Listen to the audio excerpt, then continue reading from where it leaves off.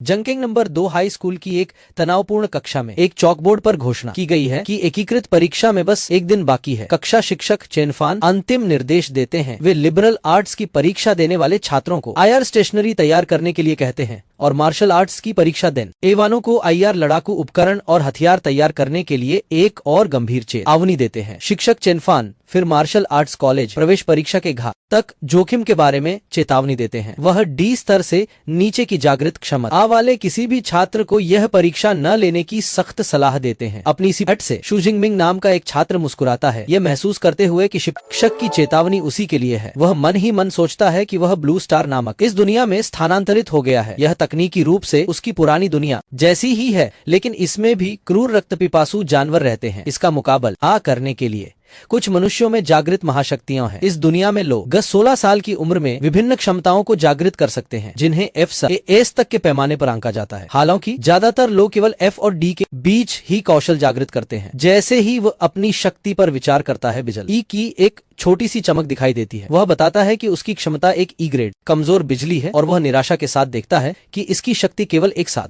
Iron stun baton के बराबर है। जैसे ही शू जिंगमिंग विचार कर रहा होता है, एक सुनहरे बालों वाला सहपाठी हुआंगटियन उसकी मेज पर थपथपाता है। वह मजाक मन पूछता है कि क्या शू जिंगमिंग अब भी मार्शल आर्ट की परीक्षा देने की योजना बना रहा है। उसे ई ग्रेड का कचरा कहते हुए जो स्कूल को बदनाम करेगा है। गतियान सुझाव देता है कि शू जिंगमिंग को बस लिबरल आर्ट्स चुनना चाहिए और उसे अपनी कंपनी में एक छोटे क्लर्क के रूप में भविष्य देने की पेशकश करता है। शू जिंगमिंग के जवाब देने से पहले ही एक सहपाठी लिंकिंग खड़ी हो जाती है और हुआंगटियन से कहती है कि वह अपने काम से काम रखे। नाराज हुआंगटियन उसका मजाक उड़ाता है और वादा करता है कि परीक्षा में उसे दिखाएगा कि कौन सबसे अच्छा है। जाते हुए वह पीछे मुड़कर देखता है और एक क्रूर टिप्पणी करता है, यह भविष्यवाणी करते हुए कि शू जिंगमिंग परीक्षा स्थल पर ही मर जाएगी। हुआंगटियन के जाने के बाद लिनिंगली चिंता से शू जिंगमिंग की ओर मुड़ती है। वह उसे हुआंगटियन की बातों पर ध्यान न देने की सलाह देती है और सुझाव देती है कि लिबरल आर्ट्स में जाना कोई बुरा विकल्प नहीं हो सकता। शू जिंगमिंग चुपचाप उसकी बात सुनता है। उसके हाव भाव समझ से परे हैं। विचारों में खोए शू जिंगमिंग अपने महान शिया एकीकृत परीक्षा पंजीकरण फॉर्म को देखता है। फॉर्म में उसकी ई स्तर की मौलिक क्षमताएं दर्ज हैं। महान शिया साम्राज्य में इच्छा उधार कलाओं और मार्शल आर्ट में विभाजित है। निम्न स्तरीय क्षमताएं रखने ये वाले लोग साधारण जीवन के लिए उधार कलाओं को चुन सकते हैं। मार्शल आर्ट का रास्ता कहीं ज्यादा खतरनाक है। छात्रों को एक निर्दिष्ट क्षेत्र में प्रवेश करना होगा और पास होने के लिए भयंकर जानवरों से मौत तक लड़ना होगा। केवल जीवित रहकर ही कोई योग्यता उपयोगकर्ता विश्वविद्यालय में प्रवेश की आशा कर सकता है। वहाँ वर्षों के प्रशिक्षण के साथ एक अनरैंक्ड व्यक्ति भी वास्तव में एक शक्तिशाली योग्यता उपयोगकर्ता बन सकता है। शू जिंगमिंग समझता है कि उसके शिक्षक और लिन चिंगली क्यों चिंतित हैं। वह जानता है कि उन्हें डर है कि अगर वह परीक्षा देता है तो क्या हो सकता है। हालांकि वह यह भी जानता है कि वह जानवरों के निरंतर खतरे से बच नहीं सकता। यह विचार उसके अतीत के एक दर्दनाक जानवर ज्वार की याद को जगा देता है, जहां वह बचपन में अपने माता पिता के बेजान शरीरों पर घुटनों के बल बैठकर रोया था। यह स्मृति उसके संकल्प के लिए और मजबूत करती है। वह फिर से शक्तिहीन नहीं होना चाहता। दृढ़ संकल्प के साथ वो अपना पंजीकरण फॉर्म दिखाता है और दृढ़ता से घोषणा करता है कि वो फिर ई मार्शल आर्ट परीक्षा चुनेगा। जैसे ही सूरज डूबता है, शू जिंगमिंग एक प्रशिक्षण कक्ष में एक लंबे भाले से अथक अभ्यास कर रहा होता है। वह अपनी विद्युत शक्ति को हथियार में प्रवाहित करता है, जिससे उसकी लंबाई के साथ नीली बिजली चमकती है। एक चीख के साथ वह एक शक्तिशाली वार करता है। तीव्र प्रशिक्षण उसे जल्दी ही थका देता है। वह जोर से जम्हाई लेता है, शिकायत करता है कि वह कितना थका हुआ है और फिर जमीन पर गिर पड़ता है। उसका बाला उसके बगल में गिर जाता है। जमीन पर लेटा हुआ शू जिंगमिंग अपने प्रशिक्षण के बारे में सोचता है। वह 2.5 साल से भाले का अभ्यास कर रहा है। अपनी तमाम कोशिशों के बावजूद उसकी दक्षता अभी भी शुरुआती स्तर पर है। उसने 3,00,000 में लाइटनिंग गाथ एल ब्रेक नामक एक बाला तकनीक खरीदी है, जिसके बारे में उसका मानना यह है कि ये उसे अन्य सामान्य ई क्लास जागृत लोगों से थोड़ा ज्यादा मजबूत बनाती है। वहाँ लेटे हुए उसके मन में एक भयावह विचार आता है। वह जानता है कि परीक्षा में डी क्लास से नीचे के छात्रों की मृत्यु दर हर साल बढ़ रही है। यह विचार उसके संकल्प को और मजबूत करता है। एक जागृत विश्वविद्यालय में प्रवेश पाने के लिए उसे अपनी पूरी ताकत से लड़ने के लिए तैयार रहना होगा। वह खुद को ऊपर उठाता है और मुट्ठी भींचकर एक मशीन के पास जाता है। जैसे ही उसका हाथ मशीन के पैनल के पास जाता है,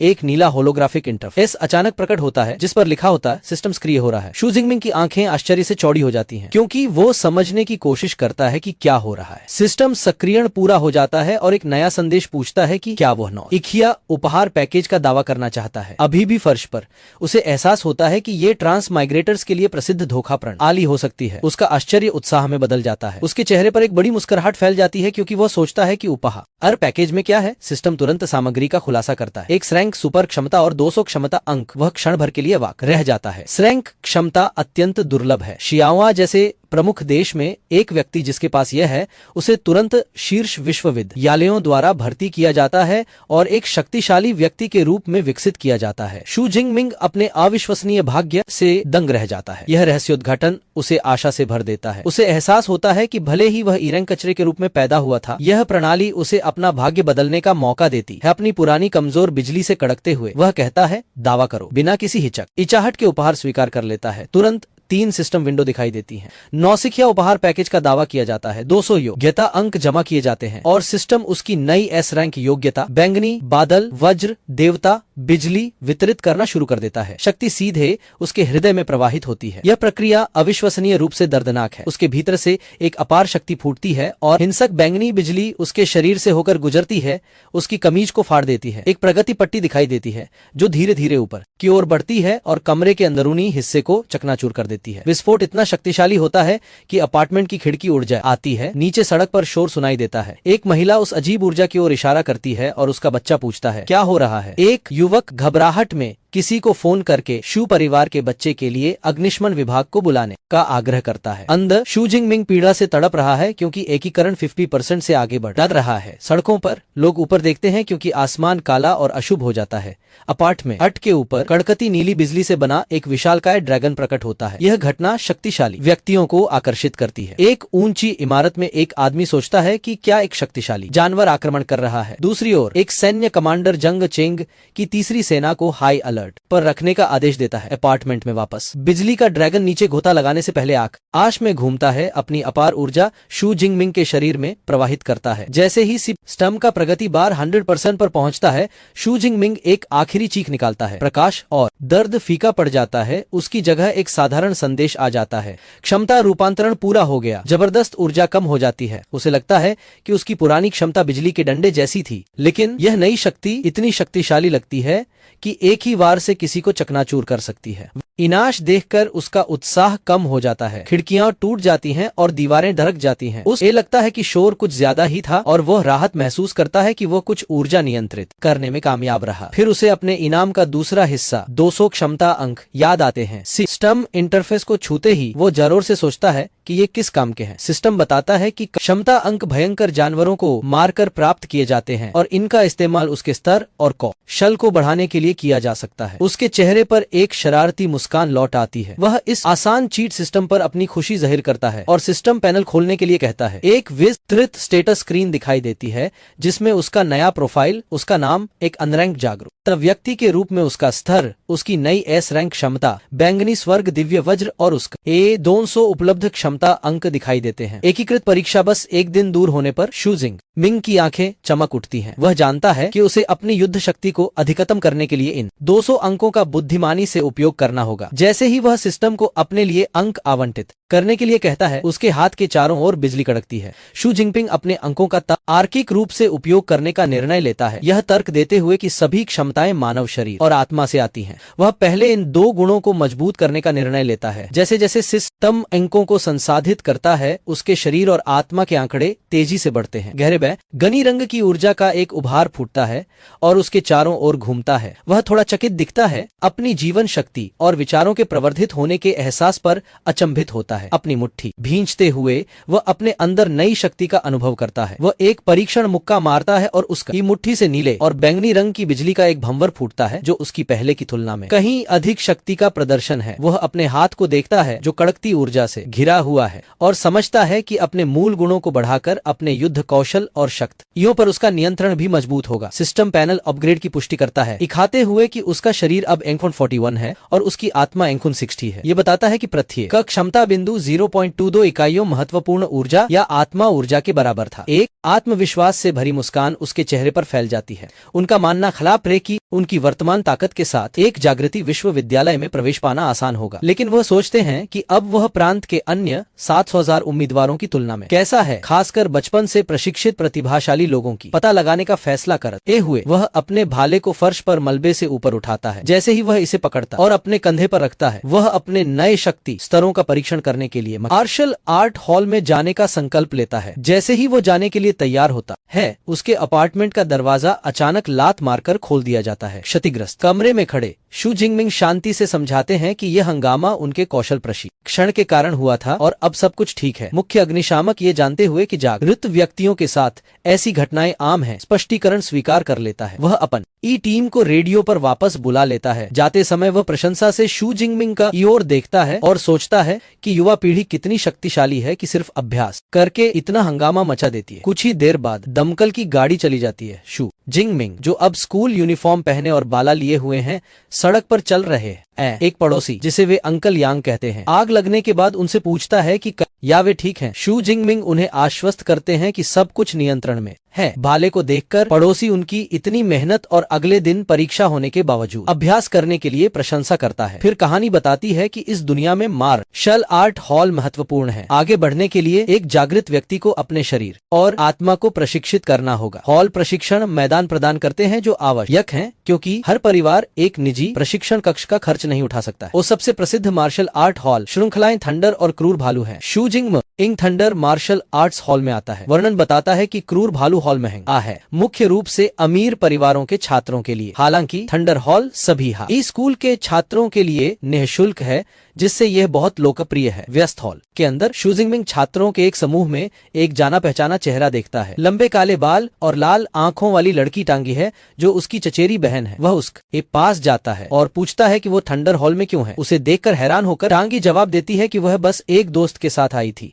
शू जिनपिंग विनम्रता से माफी मांगते हैं। टांगी बताती है कि वह उसका चचेरा भाई शू जिंगमिंग है, कल मार्शल आर्ट की परीक्षा देने वाला एक तृतीय वर्ष का छात्र भी है। जियाओया बेहोश होकर कहता है कि वह एक अच्छा प्रेमी बनेगा। एक पुरुष मित्र उसे प्यार में पड़ने के लिए चिढ़ाता है और वह उत्साह से मान जाती है। यह सुनकर तोंकी अपनी दोस्त को वास्तविकता में वापस लाने का फैसला करती है। वह बताती है कि शू जिंग की जागृत की क्षमता केवल ई रैंक की है। यह खबर जरिया की कल्पना को चकनाचूर कर देती है और वह चीख पड़ती है। यह कितने अफसोस की बात है। पुरुष मित्र मुस्कुराता है और टिप्पणी करता है कि ई रैंक की क्षमता वाले किसी व्यक्ति का मार्शल आर्ट की परीक्षा देना सराहनीय है। हालांकि तांगी चिंतित दिखते हुए कहता है, जब जोखिम इतना ज्यादा हो तो साहस व्यर्थ है। विषय बदलते हुए तांगची समूह को याद दिलाता है कि वे हॉल देखने आए हैं। जयाओया सहमत हो जाती है और बताती है कि उसने पूरा हाई स्कूल महंगे ब्रूटल बेयर हॉल में बिताया है और सुझाव देती है कि बड़ी परीक्षा से पहले आराम करना एक अच्छा विचार है। इस बीच शू जिंगमिंग को एक खाली प्रशिक्षण कक्ष मिलता है। वह अपने बाले के साथ एक बड़े गोल लक्ष्य के सामने खड़ा होता है। जैसे ही वह उसे पकड़ता है, उसे लगता है कि वह काफी हल्का लग रहा है। उसे एहसास होता है कि बाला नहीं बदला है, उसका अपना शरीर काफी मजबूत हो गया है। उसे लगा है कि यह पुराना हथियार अब शायद काम का नहीं रहा, लेकिन कल परीक्षा होने के कारण नया हथियार ढूंढने का समय नहीं है। वह पहले अपनी चरम शारीरिक शक्ति को बिना अपनी बिजली जैसी क्षमता के परखने का फैसला करता है। वह एक गहरी सांस लेता है, अपनी पकड़ मजबूत करता है और भाले को आगे की ओर धकेलता है। हथियार अविश्वसनीय बल के साथ लक्ष्य के केंद्र में जा लगता है। इस प्रहार से उन्नत प्रशिक्षण लक्ष्य में दरारों का एक जाल बन जाता है। इसके ऊपर एक डिजिटल डिस्प्ले पर 307 नंबर चमकता है। कमरे का उपकरण एक विशेष स्मृति धातु से बना है, जिससे यह स्वतः ही अपनी मरम्मत कर लेता है। शू जिंग चकित है। उसकी विशुद्ध शारीरिक शक्ति दोगुनी हो गई है। वो जानता है कि एक सामान्य रैंक वाले जागृत व्यक्ति के लिए अधिकतम उत्पादन केवल लगभग 100 कैलोरी है, जिससे उसकी मूल शक्ति असाधारण हो जाती है। संतुष्ट होकर वह अपनी नई एस रैंक क्षमता को आजमाने का फैसला करता है। बैंगनी स्वर्ग की दिव्य गड़गड़ाहट को प्रसारित करने की तैयारी करते हुए उसकी आंखें नीली चमक रही हैं। बैंगनी और नीली बिजली की कड़क उसके शरीर के चारों ओर चमक रही है। एक शक्तिशाली छलांग के साथ वह अपने बाले को लक्ष्य पर गिराता है, जिससे विद्युत ऊर्जा का एक विशाल विस्फोट होता है। वह नए रीडिंग को देखता है, अविश्वसनीय 3000 जोरो एक्स कैलोरी। शू जिंगमिंग अपनी एस रैंक क्षमता की शक्ति देखकर रोमांचित है। प्रथम श्रेणी के जागृत व्यक्ति के लिए मानक केवल 1000 कैलोरी है। यह तथ्य कि वह अभी भी बिना रैंक का एक मध्यम स्तरीय प्रथम श्रेणी के जागृत योद्धा के बराबर हमला कर सकता है, उसकी नई क्षमता को दर्शाता है। लेकिन वह अभी का नहीं है, उसके चारों ओर अभी भी बिजली कड़क रही है। वह घोषणा करता है कि यह उसकी सीमा नहीं है। वह अपनी असली मार्ग चाल का उपयोग करने का निर्णय लेता है, एक ऐसी तकनीक जो उसकी बढ़ी हुई शक्ति, उसकी क्षमता और उसके युद्ध कौशल को ही वार में समेट देती है। वह अपनी सारी ऊर्जा भाले में प्रवाहित करता है जो तीव्र बैंगनी बिजली से ढक जाता है। वह भाले को एक चौड़े चाप में घुमाता है। जैसे ही भाले का अग्रभाग लक्ष्य के पास पहुंचता है, बिजली संघनित होकर शक्ति का एक चमकीले गोले में बदल जाती है। एक भयंकर विराम की चीख के साथ वह हमला करता है। भाला टकराता है, जिसके परिणाम स्वरूप बैंगनी ऊर्जा का एक विशाल विस्फोट होता है जो लक्ष्य को पूरी तरह से घेर लेता है। हमले की शक्ति पूरे मार्शल आर्ट हॉल में एक सदमे की लहर भेजती है। मुख्य स्टेडियम में एक छात्र चीखने की आवाज से कांप उठता है, यह सोचकर कि क्या यह भूकंप है। प्रशिक्षण कक्ष के फर्श पर तांगी, शियाओया और उनके दोस्त संतुलन खो देते हैं। पुरुष मित्र शक्तिशाली ऊर्जा उतार चढ़ाव को पहचानता है और कहता है कि वे एक सच्चे जागृत व्यक्ति के स्तर पर हैं। वे सोचते हैं कि क्या कोई नया जागृत व्यक्ति स्तर का हाई स्कूल का छात्र अभी अभी आया है, क्योंकि सभी ज्ञात छात्र दूसरे हॉल में प्रशिक्षण लेते हैं। जिज्ञासा से प्रेरित होकर टांगी कहती है कि उन्हें जाकर देखना चाहिए। समूह गलियारे में ऊर्जा के निशान का अनुसरण करता है। जैसे ही वे एक कोण ए पर मुड़ते हैं, उनका सामना शू जिंगमिंग से होता है, जो अब कपड़े में लिपटे अपने बाले के साथ उस क्षेत्र से जा रहा है। टांगी उसे वहां देखकर आश्चर्यचकित होकर पुकारती है। शू जिंगमिंग शांति से कहता है कि वह परीक्षा की तैयारी के लिए घर जा रहा है। उसने अभी अभी जो शक्ति का उपयोग किया है उसका कोई संकेत नहीं दिया। उसका मित्र उसे शुभकामनाएं देता है, लेकिन उपेक्षा पूर्वक समूह को उसे भूल जाने के लिए कहता है। शू जिंगमिंग जिस प्रशिक्षण कक्ष से अभी निकला था, उसकी ओर इशारा करते हुए कहता है कि ऊर्जा वहीं से आई है। समूह दरवाजे के पास पहुंचता है, अंदर झांकता है। पूरा कमरा तहस नहस हो गया है। तांगी, शियाओया और बाकी लोग बस सदमे में देखते रह गए। उन्हें समझ नहीं आ रहा था कि एक हाई स्कूल के प्रशिक्षण कक्ष में इतनी विनाशकारी शक्ति का प्रदर्शन कैसे हुआ। इस विनाश को देखते हुए शियाओया कहती है कि उन्नत स्मृति पदक भी नष्ट हो गया, जिसके लिए एक अत्यंत तीव्र हमले की आवश्यकता होगी। वह सोचती है कि क्या उनके शहर जंग चांगेन का कोई हाई स्कूल का छात्र वास्तव में इतना शक्तिशाली है। भूर ए बालों वाला पुरुष मित्र इस विचार को खारिज करता है और गड्ढे के किनारे को छूता है। वह कहता है कि अवशिष्ट ऊर्जा एक हाई स्कूल के छात्र के लिए बहुत हिंसक लगती है। वह अनुमान लगाता है कि यह एक शक्तिशाली द्वितीय श्रेणी की क्षमता वाला उपयोग करता था, जो गलती से छात्र स्तर की मंजिल में प्रवेश कर गया था। एक और दोस्त इससे सहमत है और आगे कहता है कि प्रांतीय राजधानी का कोई प्रतिभाशाली व्यक्ति भी ऐसा नहीं कर सकता, जिससे ऐसे व्यक्ति का उनके छोटे से शहर में होना असंभव है। हालांकि शियाओया एक अलग सिद्धांत सुझाती है। वह बताती है कि उन्होंने आसपास केवल शू जिंगमिंग को देखा था और उत्साह से सुझाव देती है कि वह एक छिपा हुआ महाप्रतिभाशाली व्यक्ति हो सकता है। उसके दोस्त इस विचार का मजाक उड़ाते हैं और पूछते हैं कि क्या वह बहुत ज्यादा उपन्यास पढ़ रही है। दूसरे दोस्त बताते हैं कि शू जिंगमिंग एक जाना माना ई क्लास उपयोग करता है और अगर उसकी आक्रमण शक्ति 300 हो तो वह भाग्यशाली होगा। उसकी दोस्त एक ज्यादा तार्किक व्याख्या देती है, यह सुझाव देते हुए कि वह शक्तिशाली उपयोगकर्ता दूसरे गलियारे से निकल गया।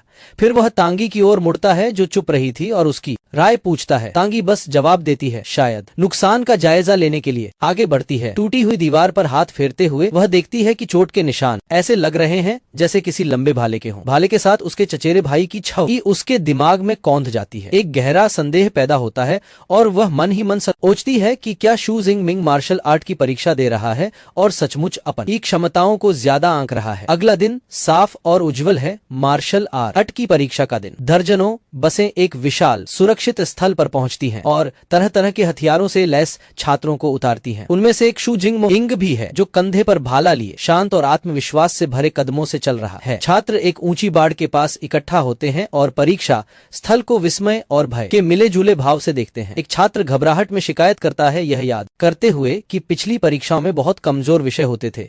आम सहमति यह है कि इस साल की परीक्षा बेहद कठिन होगी। जैसे ही छात्र अपने डर साझा करते हैं, भीड़ में से एक घमंडी आवाज आती है। एक लंबे बालों वाला युवक जिसके हाथ में एक बड़ी तलवार है, उनकी कायरता का मजाक उड़ाता है। वह घोषणा करता है कि जो कोई भी घेंडे से नहीं निपट सकता वह बेकार है, जिससे अन्य छात्र अवाक रह जाते हैं। समय शू जिंग का सबसे अच्छा दोस्त लियो जी पूछता है कि घमंडी आदमी कौन है। शू जिंगमिंग आईडी उसे जो मिंगयांग के रूप में पहचानती है। लियो जी बताते हैं कि जो मिंगयांग बी क्लास की क्षमता वाला एक प्रसिद्ध प्रतिभाशाली व्यक्ति है जो पहले से ही फर्स्ट ऑर्डर की क्षमता वाला उपयोगकर्ता बनने के लिए आगे बढ़ चुका। एक हाई स्कूल के छात्र के लिए एक दुर्लभ उपलब्धि। शू जिंगमिंग एक आत्मविश्वास भरी मुस्कान और अपनी आंखों में एक प्रतिस्पर्धी चमक के साथ कौतुक को देखा है। चुपचाप सोचता है कि कौन अधिक मजबूत है। अचानक एक तेज आवाज उम्मीदवार का ध्यान आकर्षित करती है। एक सख्त दिखने वाला आदमी एक सैन्य शैली की वर्दी पहने हुए खुद को परीक्षा के मुख्य कमांडर वोंग एहेंग के रूप में पेश करता है। वह कहता है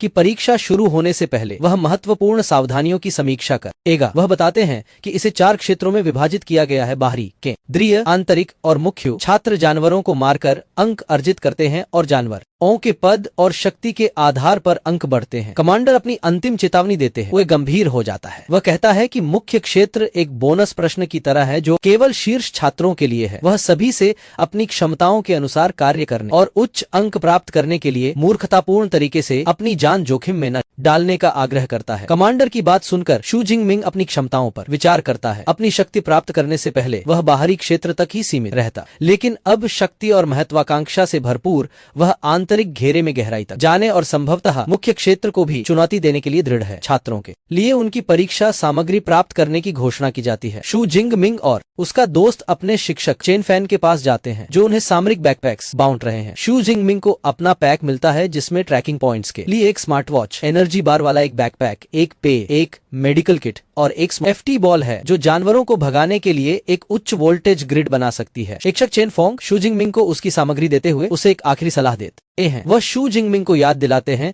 कि उनकी जिंदगी किसी भी चीज से ज्यादा महत्वपूर्ण है, भले ही सेफ्टी बॉल इस्तेमाल करने से परीक्षा जल्दी खत्म हो जाए। शू जिंगमिंग अपने शिक्षक का आदर पूर्वक धन्यवाद करते हैं। तभी एक जानी पहचानी आवाज उनका नाम पुकारती है। वह मुड़कर देखते हैं कि उनकी सहपाठी लिनकिंग उनकी ओर दौड़ रही है। वह विनम्रता पूर्वक उन्हें अपनी टीम में जगह देती है। उनके साथ उनके कक्षा अध्यक्ष लियू चिन जो सी क्लास के छात्र हैं और कहते हैं कि वह परीक्षा हॉल में शू जिंगमिंग की सुरक्षा करेंगे। हालांकि एक अन्य छात्र यह कहते हुए आपत्ति जताता है कि यह परीक्षा एक गंभीर प्रतियोगिता है। वह शिकायत करता है कि शू जिंगमिंग जैसे ई रैंक वाले छात्र से मुकाबला करने से उनके उच्च अंक प्राप्त करने की संभावना कम हो जाएगी। एक अन्य साथी गुस्से में उनका ई बात से सहमत होता है और लियू चिन पर उनकी योजना बदलने का आरोप लगाता है। दोनों आपत्तिकर्ता स्पष्ट करते हैं कि वे बोझ नहीं बनना चाहते। अपमान से शू जिंगपिंग की दोस्त लियू जी क्रोधित हो जाती है, लेकिन शू जिंगमिंग शांति से उसे रोक लेती है। एक विनम्र मुस्कान के साथ शू जिंगमिंग ने प्रस्ताव ठुकरा दिया। उसने लियू चिन और लिन चिंगली से कहा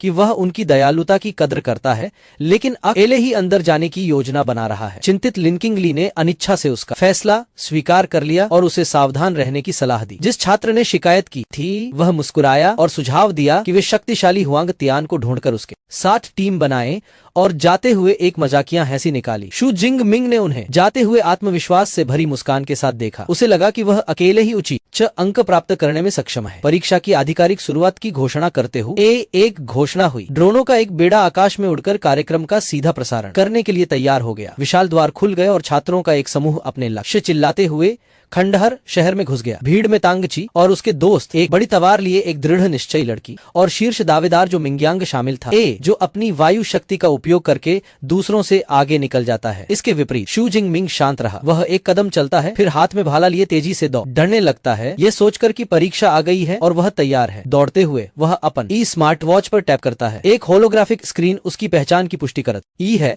और वास्तविक समय की रैंकिंग दिखाती है। शीर्ष 3 स्थान पहले ही भर चुके हैं, जिसमें जो मिंग्यांग 7 अंकों के साथ पहले स्थान पर है। उसके बाद 2 अन्य छात्र हैं। शू जिंगमिंग आत्मविश्वास से भरी मुस्कान के साथ लीडर बोर्ड को देखता है। वह देखता है कि जो मिंग्यांग ने पहले ही जानवरों को मारना शुरू कर दिया है, लेकिन शुरुआती बढ़त उसकी प्रतिस्पर्धी भावना को और बढ़ा देती है। जबकि ये बाहरी हिस्सों में लड़ रहे हैं। शू जिंगमिंग एक साहसिक रणनीति पर निर्णय लेता है। वह बिना समय बर्बाद किए सीधे उच्च जोखिम वाले, उच्च इनाम वाले मुख्य क्षेत्र की ओर बढ़ जाता है। जैसे ही वह खंडहर शहर में अंदर जाता है, वह अचानक रुक जाता है।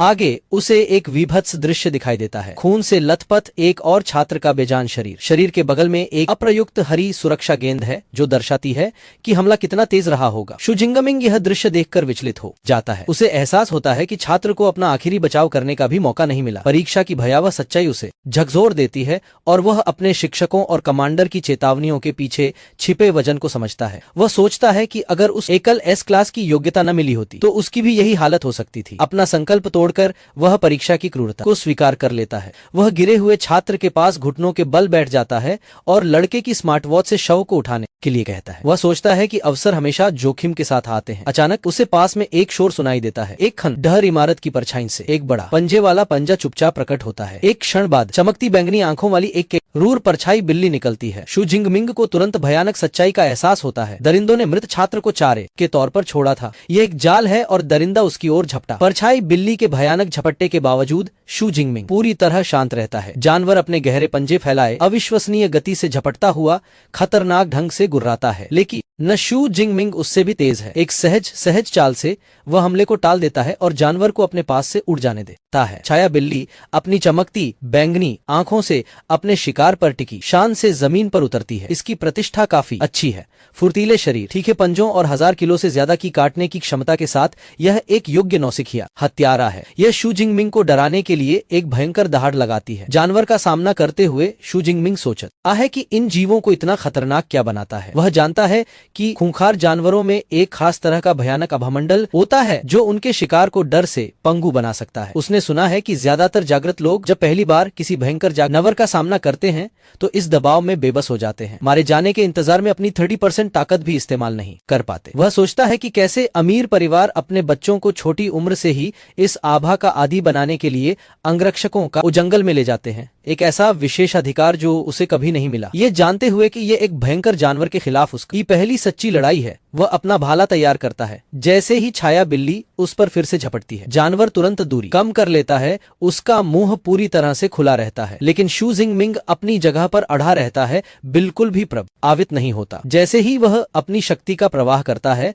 बैंगनी बिजली की चमक उसके बाले के साथ चमकती है। एक ही तेज गति में वह बाले को आगे की ओर धकेलता है। बिजली से भरी नोक छाया बिल्ली के सिर को भेदती है और उसे तुरंत मार देती है। वह विचारमग्न भाव से मृत प्राणी को देखता है। उसे एहसास होता है कि जानवर की भयावह आभा का उस पर कोई असर नहीं हुआ। एक क्षण बाद उसकी स्मार्ट वॉच से एक नीली होलोग्राफिक खिड़की दिखाई देती है जो हत्या की पुष्टि करती है। एक बिना रैंक वाले भयंकर जानवर एक छाया बिल्ली को मार डाला। योग्यता अंक और 3। एक नोट में बताया गया है कि भयंकर जानवरों की रैंकिंग 1 से 9 तक होती है और रैंक 1 से नीचे वाले बिना रैंक वाले होते हैं, जो बिना रैंक वाले मानव जागृत लोगों के अनुरूप होते हैं। शू जिंगमिंग अपनी घड़ी पर स्थल का नक्शा देखता है। वह मानता है कि जानवरों को मारने से उसे योग्यता अंक मिलते हैं, लेकिन वह छोटे इनाम से प्रभावित नहीं होता है, यह सोचकर कि बिना रैंक वाले जानवर बहुत कम अंक देते हैं। यह महसूस करते हुए कि वह भयंकर जानवरों के भयावह आभा से अप्रभावित है, शू जिंगमिंग इस निष्कर्ष पर पहुंचता है कि बाहरी क्षेत्र में समय बर्बाद करने का कोई मतलब नहीं है। वह जितनी जल्दी हो सके अधिक खतरनाक केंद्रीय क्षेत्र में पहुंचने का संकल्प लेता है। वह परीक्षा स्थल के अंदर अपनी यात्रा शुरू करता है। बिना रैंक वाले जानवरों के बीच से खूनी रास्ता बन आते हुए वह बिना किसी प्रयास के छाया बिल्लियों, लोहे के रोएंदार सुअरों और भेड़िए जैसे जीवों को मार डालता है। हर बार उसे 3 से 5 योग्यता अंक मिलते हैं। हालांकि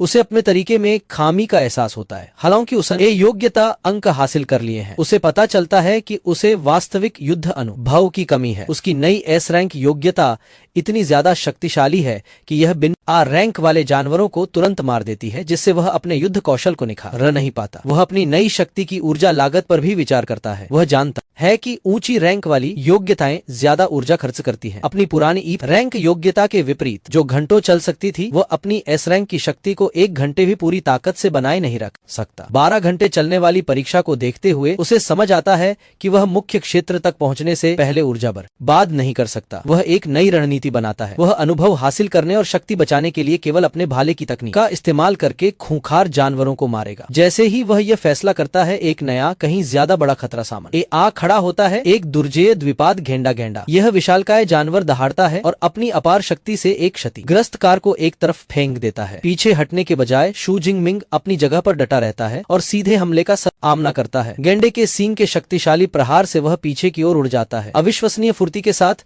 शू जिंगमिंग गति का उपयोग करके हवा में उछल जाता है और सीधे गेंडे के ऊपर आ जाता है। गेंडे के प्रतिक्रिया करने से पहले वह नीचे कूदता है, उसकी पीठ पर गिरता है और एक ही सटीक वार में अपना भाला उसकी खोपड़ी में गहराई तक घुसा देता है। विशालकाय जानवर पराजित होकर गिर पड़ता है। हल्की सांस लेते हुए शू जिंगमिंग को आश्चर्य हुआ कि उसकी मारने की गति कितनी तेज हो गई है, और उसने देखा कि गैंडे जैसा शक्तिशाली जानवर भी उसके लिए कोई बड़ी चुनौती नहीं था। उसके मन में एक विचार आया और उसने सोचा कि क्या उसकी भाला तकनीक अनजाने में ही किसी उच्च स्तर पर पहुंच गई है। उसने अपना सिस्टम पैनल बुलाया, जिससे उसके संदेह की पुष्टि हुई। उसकी भाला तकनीक मध्यवर्ती स्तर तक पहुंच गई है और उसका योग्यता अंक बढ़कर 2 से 56 हो गए हैं। वह इस निष्कर्ष पर पहुंचा कि अपनी भाला तकनीक पर निर्भर रहना उसकी शक्ति बढ़ाने का सबसे प्रभावी तरीका है। मध्यवर्ती तकनीक की गतिशीलता को महसूस करते हुए वह सोचता है कि अगर वह इसे और बेहतर कर ले तो क्या होगा। अपने संचित अंकों का उपयोग करके वह अपने भाला कौशल को फिर से उन्नत करने का निर्णय लेता।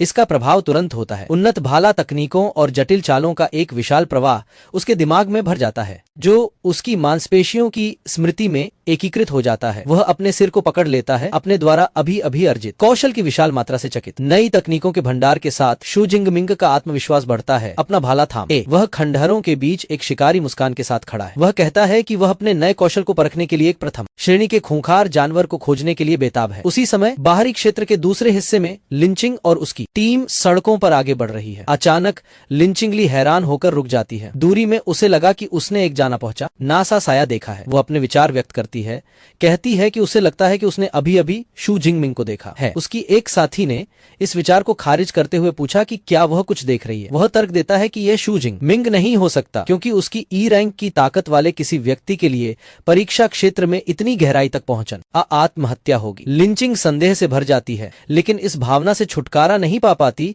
कि उसने अपने सहपाठी को देख लिया है। वह उसके बारे में चिंता करने लगती है। उसके विचार तब बाधित होते हैं जब एक अन्य साथी उन्हें बुलाती। समूह उसे विशाल ताजा मारे गए गेंडे के शव के सामने खड़ा पाता है। वे देखते हैं कि उसके जख्मों पर लगा खून सूखा नहीं है, यानी उसे कुछ ही मिनट पहले मारा गया था। वे घातक चोट की जांच करते हैं, जो लंबे हैंडल वाले हथियार से सिर पर लगा एक साफ भेदने वाला घाव है। उनमें से एक ने कहा कि यह एक भाले का घाव है। लिंकिंग के दिमाग में टुकड़े एक साथ क्लिक करते हैं। भाले का घाव, समय और छाया सभी एक निष्कर्ष की ओर इशारा करते हैं। वह आश्चर्य से पूछा ये है कि क्या उसने जो व्यक्ति देखा वह वास्तव में शू जिंगमिंग हो सकता है। संदेह करने वाली टीम के साथी ने सुझाव पर उपहास किया, तर्क दिया कि एक गेंडा एक जानवर है जिसे केवल सी रैंक जागरूक व्यक्ति अकेले हरा सकता है। तर्क को शांत करने के लिए एक अन्य टीम के साथी ने सुझाव दिया कि वे स्कोर रैंकिंग की जांच करें। बिना किसी हिचकिचाहट के लिंचिंगल ने अपने स्मार्ट वॉच पर लीडर बोर्ड को सक्रिय किया। जैसे ही रैंकिंग दिखाई दी, उसकी आंखें आश्चर्य से चौड़ी हो गईं। वहां 2 से 36 अंकों के साथ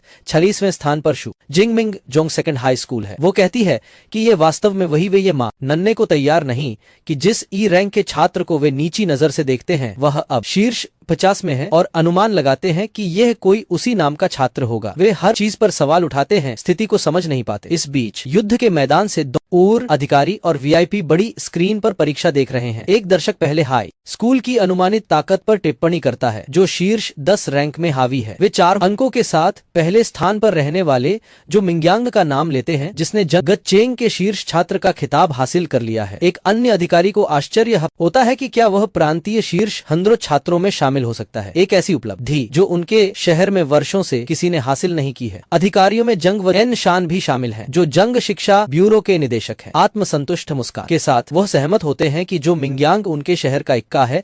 प्रिंसिपल विनम्रत अपूर्वक निदेशक का धन्यवाद करते हैं। शीर्ष स्कूलों की प्रशंसा करते हुए निदेशक जोंग वेन दूसरे हाई स्कूल के प्रिंसिपल शियाओ याओ की ओर मुड़ते हैं। वे विनम्रत अपूर्वक उनसे कहते हैं कि उनके स्कूल को और अधिक मेहनत करने की जरूरत है, क्योंकि उनका सबसे अच्छा छात्र केवल 18वें स्थान पर है। प्रिंसिपल घबराहट में पसीने से तरबतर हो जाते हैं, झुककर और हकलाते हुए अपनी सहमति जताते हैं। प्रिंसिपल याओ अंदर ही अंदर गुस्से में है। वह जानते हैं कि शीर्ष 50 छात्रों में से केवल 8 उनके स्कूल से हैं। वह मन ही मन अपने शीर्ष छात्रों की सूची बनाते हैं, जिनमें शू जिंगमिंग भी शामिल है, और उन्हें अपना काम ठीक से करने का आग्रह करता है। एक क्षण बाद वह रुकते हैं। शू जिंगमिंग नाम परिचित नहीं लगता। वह आश्चर्य यह करते हैं कि यह छात्र कौन है और उन्होंने यह नाम पहले कभी क्यों नहीं देखा। वो अपने बगल में बैठे शिक्षक की ओर मुड़ते हैं, जो चेन फैन है, और शू जिंगमिंग के बारे में पूछते हैं। यह सुनकर कि उनका सबसे कमजोर छात्र शीर्ष 50 में है, शिक्षक चेन फॉन को पूरी तरह से आश्चर्य हुआ और वह दंग रह गए। वह अपने माथे से पसीना पोंछते हुए खुद को शांत करने के लिए एक क्षण लेते हैं। उन्हें याद आता है कि शू जिंगमिंग एक आई रैंक जागृत व हताश होकर मॉनिटर की तरफ देखता है और समझता है कि चूंकि केवल शीर्ष 10 छात्रों के पास ही समर्पित कैमरा फीड है, इसलिए उसके लिए यह देखना मुश्किल है कि शू जिंगमिंग इतने अंक कैसे जमा कर रहा है। इस बीच परीक्षा स्थल पर शू जिंगमिंग बाहरी क्षेत्र से आगे बढ़कर केंद्रीय क्षेत्र में पहुंच गया है, जो खतरे के स्तर से कहीं अधिक है। वह शांति से सड़कों पर चलता है और एक बोतल को पैरों तले कुचल देता है। एक क्षण एनर्जी बार खाने के बाद वह देखता है कि खूंखार जानवरों की संख्या कम हो गई है। वह जानता है कि ऐसा इसलिए है क्योंकि रैंक वाले जानवरों ने बुद्धिमत्ता और क्षेत्र की समझ विकसित कर ली है। इससे वे अधिक कठिन प्रतिद्वंद्वी बन गए हैं। अचानक उसकी तीक्ष्ण इंद्रियां कुछ भाप लेती हैं। जैसे ही वह घोषणा करता है कि उसका लक्ष्य आ गया है, उसकी आंखें इकुड़ जाती हैं। कुछ ही पल बाद एक शक्तिशाली धारीदार जानवर क्षतिग्रस्त कारों का एक ढेर में से तेजी से निकलता है। यह जीव एक प्रथम श्रेणी का खूंखार जानवर है, एक भुजाधारी बाघ जिसका नाम उसके अग्रपादों पर मौजूद तीक्ष्ण ब्लेड जैसी हड्डियों के कारण रखा गया है। शू जिंगमिंग अविचलित खड़ा रहता है। वो अपनी अच्छी किस्मत पर टिप्पणी करता है। इतनी जल्दी एक प्रथम श्रेणी के जानवर का सामना करके प्रसन्न, एक आत्मविश्वास और उत्सुक अभिव्यक्ति के साथ वह अपना भाला तैयार करता है, यह घोषणा करते हुए कि यह शक्तिशाली प्रतिद्वंद्वी उसकी नई उन्नत भाला तकनीक के लिए एकदम सही परीक्षा है। आर्मब्लेड बाघ एक भयंकर दहाड़ता है और झपटता है। उसके शक्तिशाली पंजे हमला करने के लिए तैयार हैं। शू जिंगमिंग शांत और संयमित रहता है। अपन ए भाले को रक्षात्मक रूप से पकड़े हुए एक सुंदर घुमाव के साथ वह बाघ के शुरुआती झपट्टे को विफल करता है। कुशलता से अपने बाले के शाफ्ट के साथ जानवर के हमले को रोकता है। प्रहार की ताकत से बाघ थोड़ा पीछे हट जाता है। हालांकि शू जिंगमिंग पूरी तरह से प्रभावित नहीं होता है। एक आत्मविश्वास भरी मुस्कुराहट के साथ वह उपहास पूर्वक पूछता है कि क्या एक प्रथम श्रेणी के जानवर के पास इतनी ही शक्ति है। शू जिंगमिंग आक्रामक हो जाता है। वह अविश्वसनीय गति से आगे की ओर छलांग लगाता है। उसका भाला धुंधला हो जाता है और वह बाघ के कंधे पर एक साफ गहरा वार करता है, जिससे खून बहने लगता है। वह जानवर दर्द और गुस्से से दहाड़ता है, लेकिन शू जिंगमिंग उसे संभलने का मौका नहीं देता। अपनी शांत केंद्रित मुद्रा बनाए रखते हुए उसके हमले ने प्रथम श्रेणी के जानवर को और भी क्रोधित कर दिया है। उसकी आंखें एक भयावह चैती रंग की रोशनी से चमकने लगती हैं। वह अपने पिछले पैरों पर खड़ा होकर शू जिंगमिंग के ऊपर मंडराता है और अपनी पूरी शक्ति का इस्तेमाल करने के लिए एक भरा कर देने वाली दहाड़ लगाता है। आर्म ब्लेड बाघ अपने विशाल धारदार पंजों से एक विनाशकारी प्रहार करता है। शू जिंगमिंग अद्भुत सजगता दिखाते हुए हमले को चकमा देता है और गति का उपयोग करके पास के एक लैंप पोस्ट के चारों ओर घूमता है, घातक पंजों से बचता है और खुद को एक शक्तिशाली पलटवार के लिए तैयार करता। अपनी कलाबाजी के बाद शान से जमीन पर उतरते हुए शू जिंगमिंग प्रथम श्रेणी के जानवर की दृढ़ता की सराहना करता है। वह देख सकता है कि अपनी चोटों के बावजूद आर्मब्लेड बाघ अभी भी एक हताश संघर्ष करना चाहता है। लड़ाई समाप्त करने का निर्णय लेते हुए वह घोषणा करता है कि आगे कोई भी प्रतिरोध सामंती वह अपनी बाला तकनीक का प्रयोग शुरू करता है। बिजली का झोंका थम जाता है और नीली ऊर्जा का एक भंवर उसके हथियार के चारों ओर घूमता है। एक शक्तिशाली युद्ध घोष के साथ वह तकनीक का प्रयोग करता है। एक विनाशकारी घूमते हुए हमले को अंजाम देते हुए उसका शरीर धुंधला हो जाता है। उसके भाले से ऊर्जा प्रकाश की कई कटने वाली चाप बनाती है। हमला होता है और बाघ एक अंतिम पीड़ादायक चीख निकालता है, क्योंकि शक्तिशाली तकनीक उसके शरीर को चीर देती है। विशालकाय जानवर पराजित होकर जमीन पर गिर जाता है। शू जिंगमिंग की स्मार्ट वॉच पर तुरंत एक सूचना दिखाई देती है जो पहले स्तर के बख्तरबंद बाघ को मारने की पुष्टि करती है और उसे 14 क्षमता अंक प्रदान करती है। वह संतोष के साथ नोट करता है कि पहल ए स्तर के जानवर से मिलने वाले अंक लगभग एक अनरैंक वाले से मिलने वाले अंकों से दोगुने हैं। उस पर एक नया दृष्टिकोण छा जाता है। उसे एहसास होता है कि जब परीक्षा हॉल दूसरों के लिए खतरे की जगह है, उसके लिए यह स्तर बढ़ाने के लिए एक आदर्श खजाना है। लीडर बोर्ड दिखाता है कि शू जिंगमिंग अब 308 अंकों के साथ 33वें स्थान पर है। एक अधिकारी शिक्षक चेन फैन की ओर मुड़ते हैं और पूछते हैं कि क्या ये आश्चर्यजनक छात्र उनकी कक्षा से है। अचानक चेन फैन ध्यान का केंद्र बन जाता है। अन्य शिक्षक उसकी प्रशंसा करते हैं, इस बात पर आश्चर्य करते हैं कि केवल उसकी कक्षा के छात्र ही अपने स्कूल से शीर्ष 50 में जगह बना पाए हैं। वे उसके शिक्षण विधियों की प्रशंसा करते हैं। एक घबराया हुआ चेन प्रशंसक विनम्रता पूर्वक प्रशंसा को टाल देता है और जोर देकर कहता है कि यह सब छात्रों की अपनी कड़ी मेहनत के कारण है। उनकी बातचीत तब अचानक समाप्त हो आती है जब कोई चिल्लाता है और स्क्रीन की ओर इशारा करता है। शू जिंगमिंग की रैंकिंग फिर से आसमान छूती हुई 25वें नंबर पर पर पहुंच गई है। एक अधिकारी अविश्वास में कहता है कि उसने किसी तरह एक साथ 44 अंक प्राप्त कर ली। निदेशक जंग वैनशान मन ही मन अंकों के मूल्यों की गणना करते हैं। उसे याद आता है कि मृतकों की संख्या हर 4 सेकंड में अपडेट होती है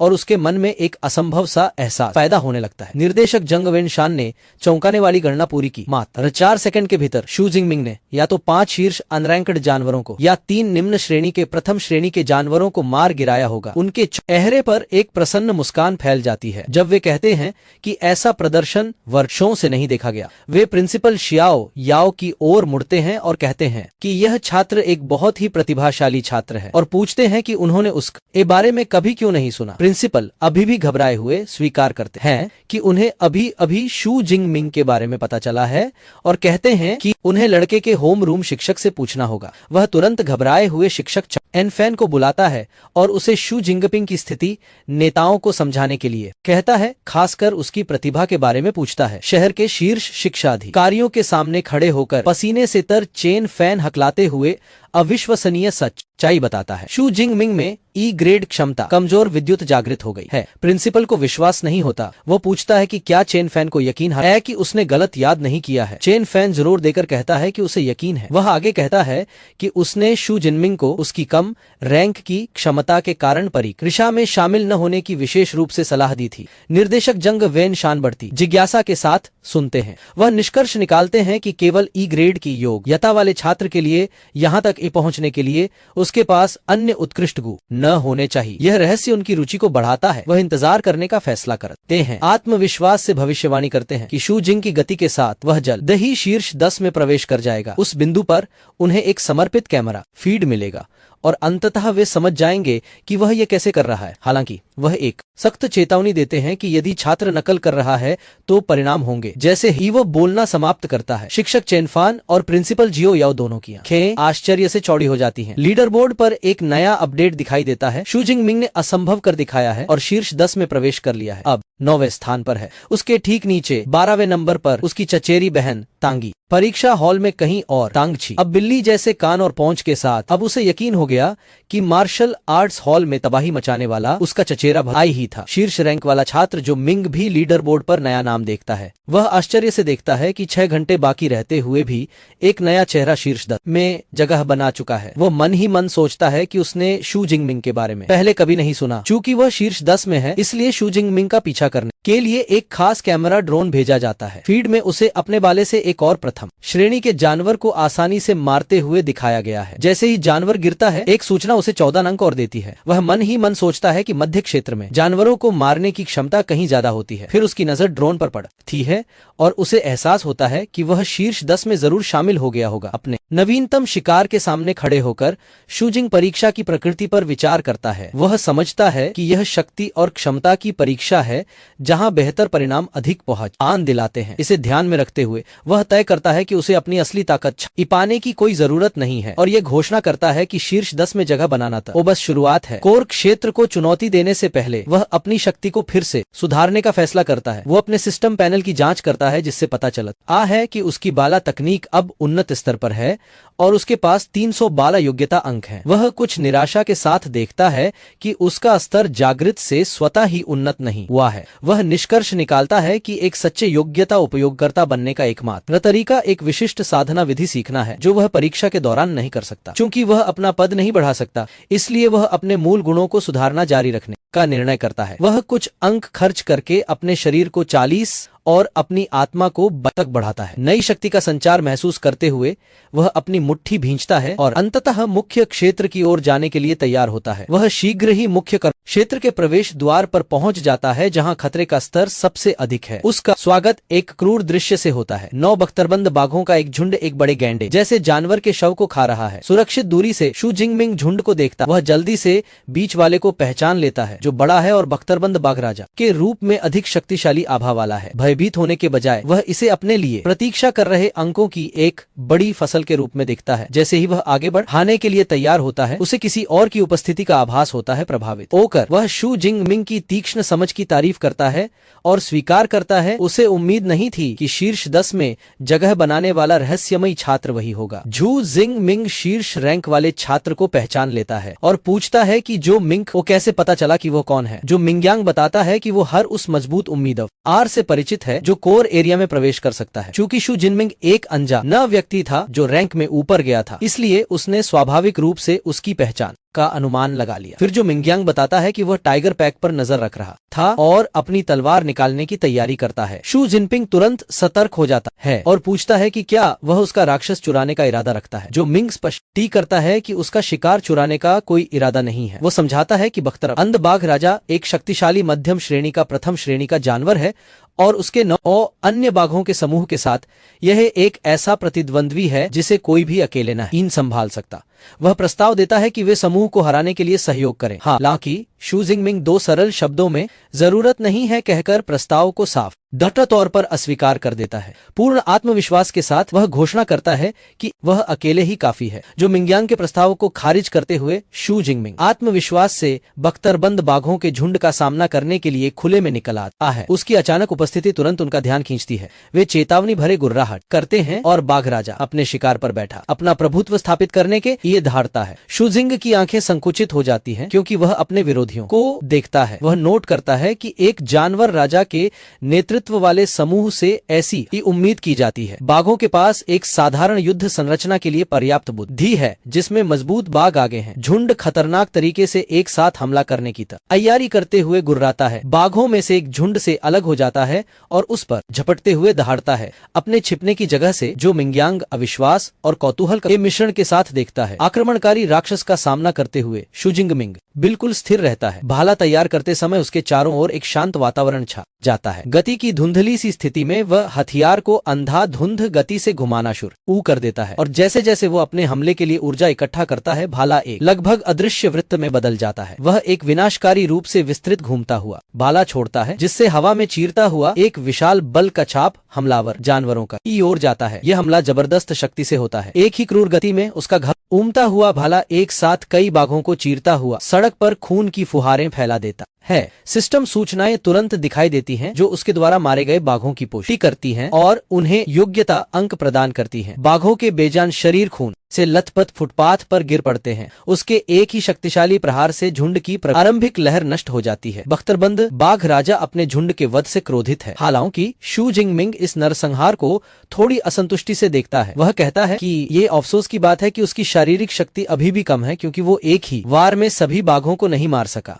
अपने क्रोधित राजा के नेतृत्व में शेष बाघ उसे घेर लेते हैं, अपने गिरे हुए झुंड के सदस्यों का बदला लेने के लिए तैयार। टाइगर किंग एक भरा कर देने वाली धाड़ लगाता है। एक शक्तिशाली ध्वनि प्रहार वो उसके प्रतिद्वंद्वी को भ्रमित करने के लिए होता है। धाड़ इतनी तेज होती है कि आसपास की इमारतों की खिड़कियां चकनाचूर हो जाती हैं और कांच की बारिश होने लगती है। यहाँ तक कि सुरक्षित दूरी से देख रहे जो मिंगयोंग भी इस ध्वनि विस्फोट से प्रभावित होकर दर्द से अपना सिर पकड़ लेता है। शू जिंगमिंग टूटते हुए कांच के बीच अडिग खड़ा है, बिल्कुल बेपरवाह। वह बाघ राजा की उसे डराने की कोशिश को पहचान लेता है। एक चुनौती भरी नजर से वह कहता है कि यह जानवर भले ही दूसरों को डरा दे लेकिन उसे नहीं डरा सकता। जैसे ही बाकी बाघ उस पर चारों तरफ झपटते हैं, शू जिंगमिंग उनके हमले का सहज, शालीन और घातक सटीकता से सामना करता है। वह एक बाघ के हमले को रोकता है, फिर दूसरे बाघ के जबड़ों से बचते हुए उस बाघ के शरीर को स्प्रिंग बोर्ड की तरह इस्तेमाल करके खुद को हवा में उछालता है। बाघ राजा एक रास्ता देखकर आगे बढ़ता है लेकिन शू जिंगमिंग तैयार है। अब भी हवा में वह एक निर्णायक प्रहार के लिए खुद को तैयार करता है। एक शक्तिशाली ऊपरी झटके के साथ वह अपना भाला सीधे बाघ राजा के सिर पर गिराता है। उसकी अपार शक्ति जानवर की खोपड़ी को चीरती हुई उसे तुरंत मार देती है। वह खूबसूरती से जमीन पर गिरता है और एक सिस्टम नोटिफिकेशन एक उच्च श्रेणी के प्रथम श्रेणी के आर्मब्लेड बाघ के मारे जाने की पुष्टि करता है जिससे उसे 20 बड़े एबिलिटी पॉइंट मिलते हैं। अपने छिपने की जगह से यह सब देखकर जो मिंग पूरी तरह से हक्का बक्का रह गया, पसीने से तरबतर और आंखें फाड़े। उसे यकीन नहीं हो रहा था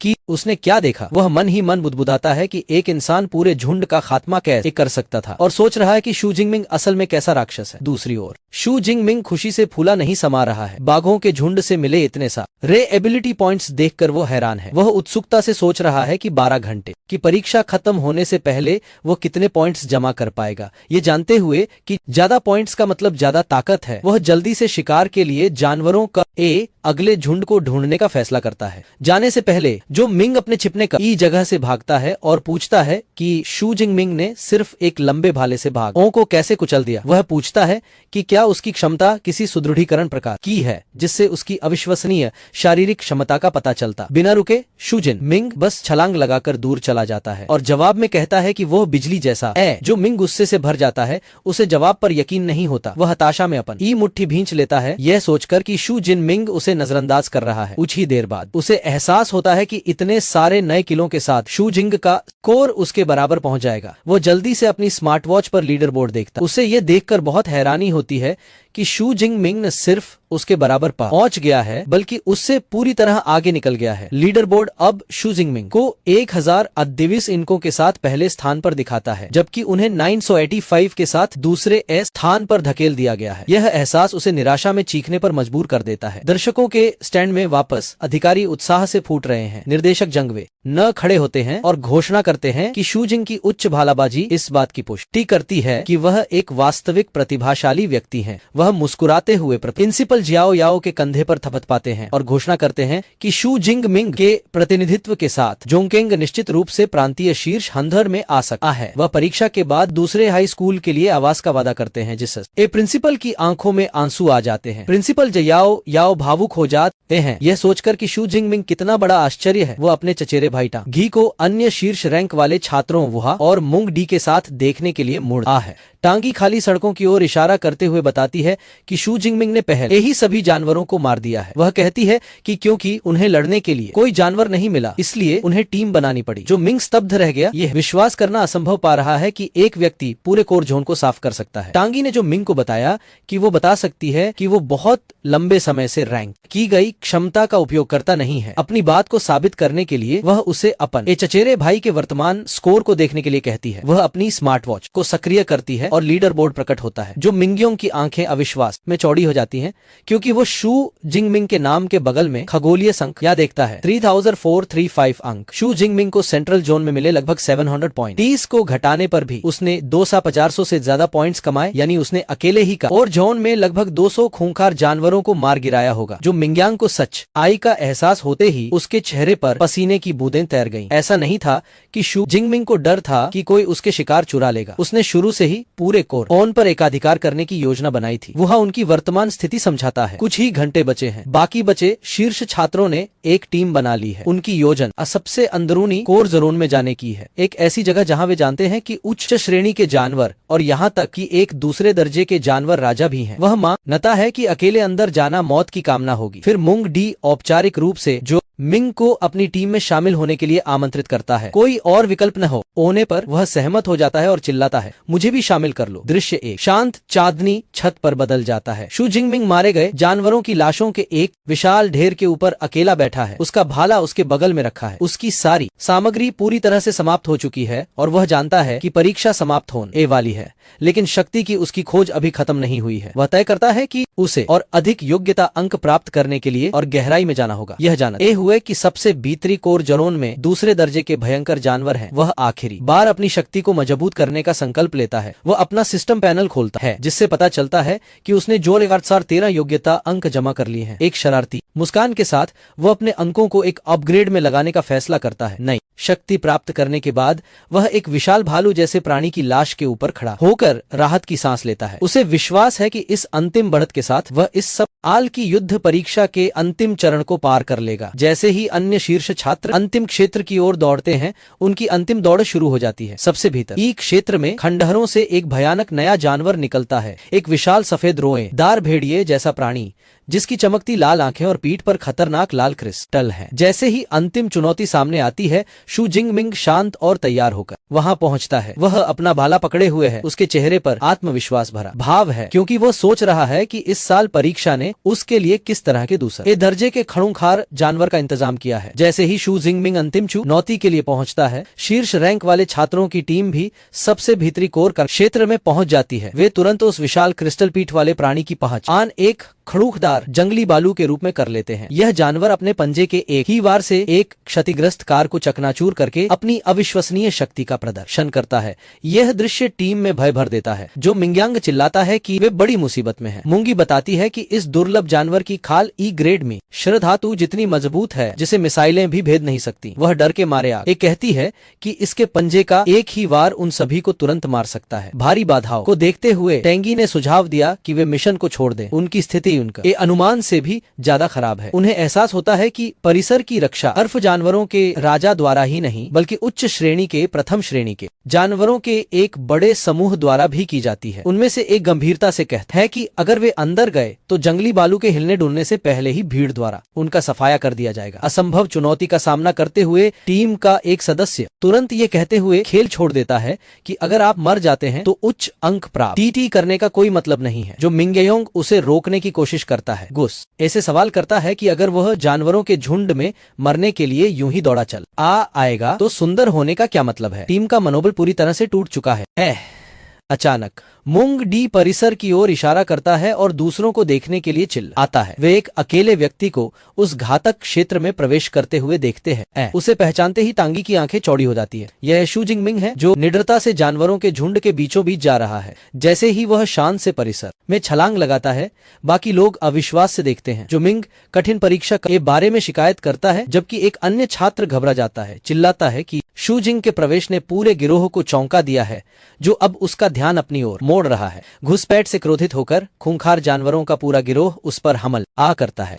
शू जिंगमिंग सड़क के बीच में अपनी जगह पर खड़ा है और एक पल में वह पूरी तरह से गुर्राते जीवों से घिर जाता है। छत से देख रहे अन्य छात्र भयभीत हैं। टांगी अपने चचेरे भाई के लिए चिंतित है, लेकिन वुहाओ टिप्पणी करता है कि वह बहुत लापरवाह था। टांगी ने घोषणा की कि उसे उसकी मदद करनी होगी। मिंग डी उसकी बाह पकड़ लेता है, उसे रोकने की कोशिश करता है और वुहा उसे पागल कहता है। यह एक व्यर्थ की मौत है। टांगी हताश होकर जोर देकर कहती है कि जिंग में उसका चचेरा भाई है। कच्ची शक्ति एक चकाचौंध कर देने वाली चमक पैदा करती है, जिससे छत पर मौजूद छात्र अपनी आंखें ढकने को मजबूर हो जाते हैं। जो मिंग घूरता है और जरूर से सोचता है कि क्या यह वही बिजली की महाशक्ति है जिसका जिक्र शू जिंगमिंग ने पहले किया था। बिजली गायब हो जाती है और घोर नरसंहार का दृश्य सामने आता है। पहले स्तर के जानवरों का पूरा झुंड खत्म हो गया है। उनके जले हुए शरीर एक अकेले अक्षत आकृति के चारों ओर बिखर गए हैं। शू जिंगमिंग तबाही में खड़ा है, उसके चारों ओर बैंगनी बिजली कड़क रही है। वह स्वीकार करता है कि उसकी शारीरिक शक्ति अकेले पर्याप्त नहीं थी, इसलिए उसे अपनी महाशक्ति का उपयोग करना पड़ा। अपने एस ग्रेड क्षमता की अपार शक्ति को महसूस करते हुए उसके होठों पर एक आत्मविश्वास भरी मुस्कान खेलती है। कमतर खतरों से निपटने के बाद वह अपना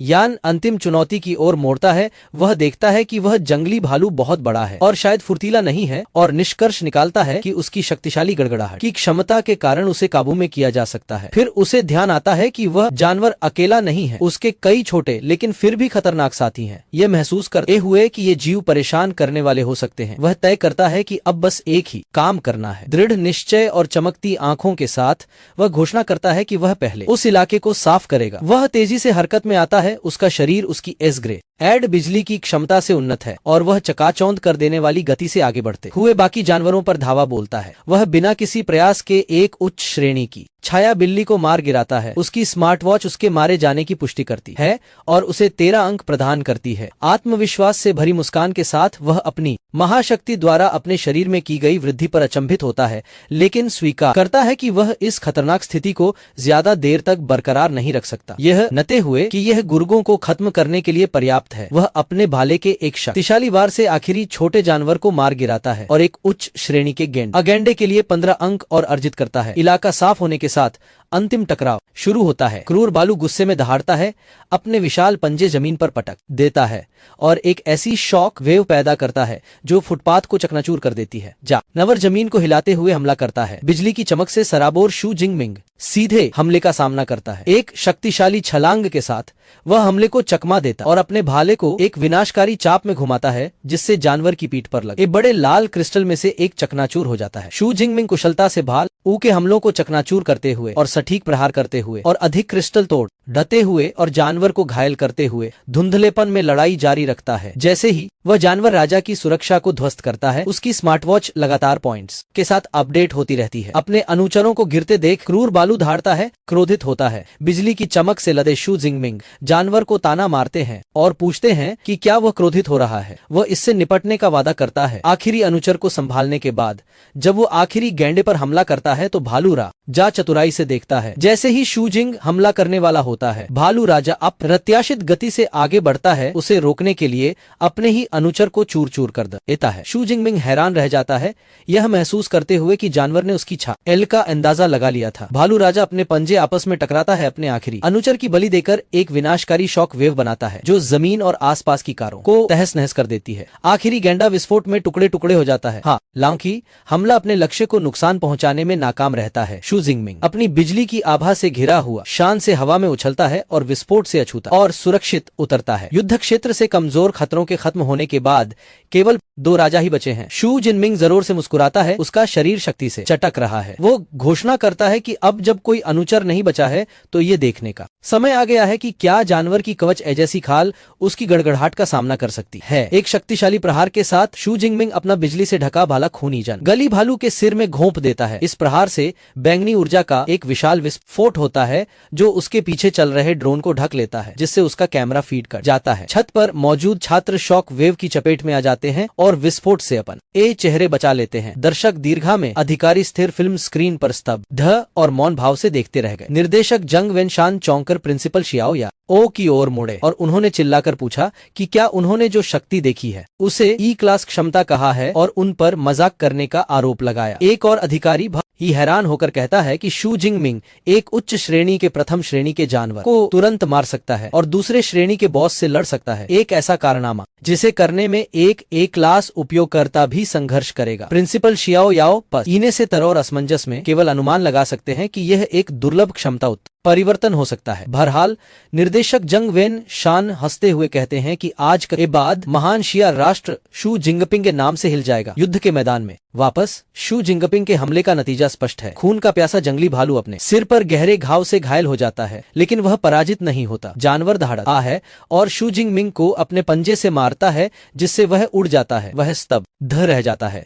उसके शक्तिशाली हमले से केवल एक हल्का घाव ही हुआ है। वह जमीन पर जोर से गिरता है और अपने कौशल का इस्तेमाल करके संभल जाता है। वह जल्दी से स्थिति का विश्लेषण करता है। उसे एहसास होता है कि जंगली भालू की खाल ब्लेड से सुरक्षित है और उसमें बिजली नहीं दौड़ती। वह खुद को स्वीकार करता है कि अपनी मौजूदा ताकत के साथ उस जानवर को एक ही वार में मारना मुश्किल होगा। क्रोधित जंगली भालू अपने शरीर के चारों ओर काली ऊर्जा इकट्ठा करना शुरू कर देता है। शू जिंगमिंग इस अपार शक्ति को महसूस करते हुए बस सदमे में देखता रह जाता है और कहता है, क्या खून के प्यासे जंगली भालू के चारों ओर काली ऊर्जा इकट्ठा हो जाती है। जैसे ही वह एक विशाल शिलाखंड की तरह आगे की ओर लुढ़कता है, वह हर चीज हड़ू को चकनाचूर कर देता है, मानो जमीन उसकी शक्ति से हिल रही हो।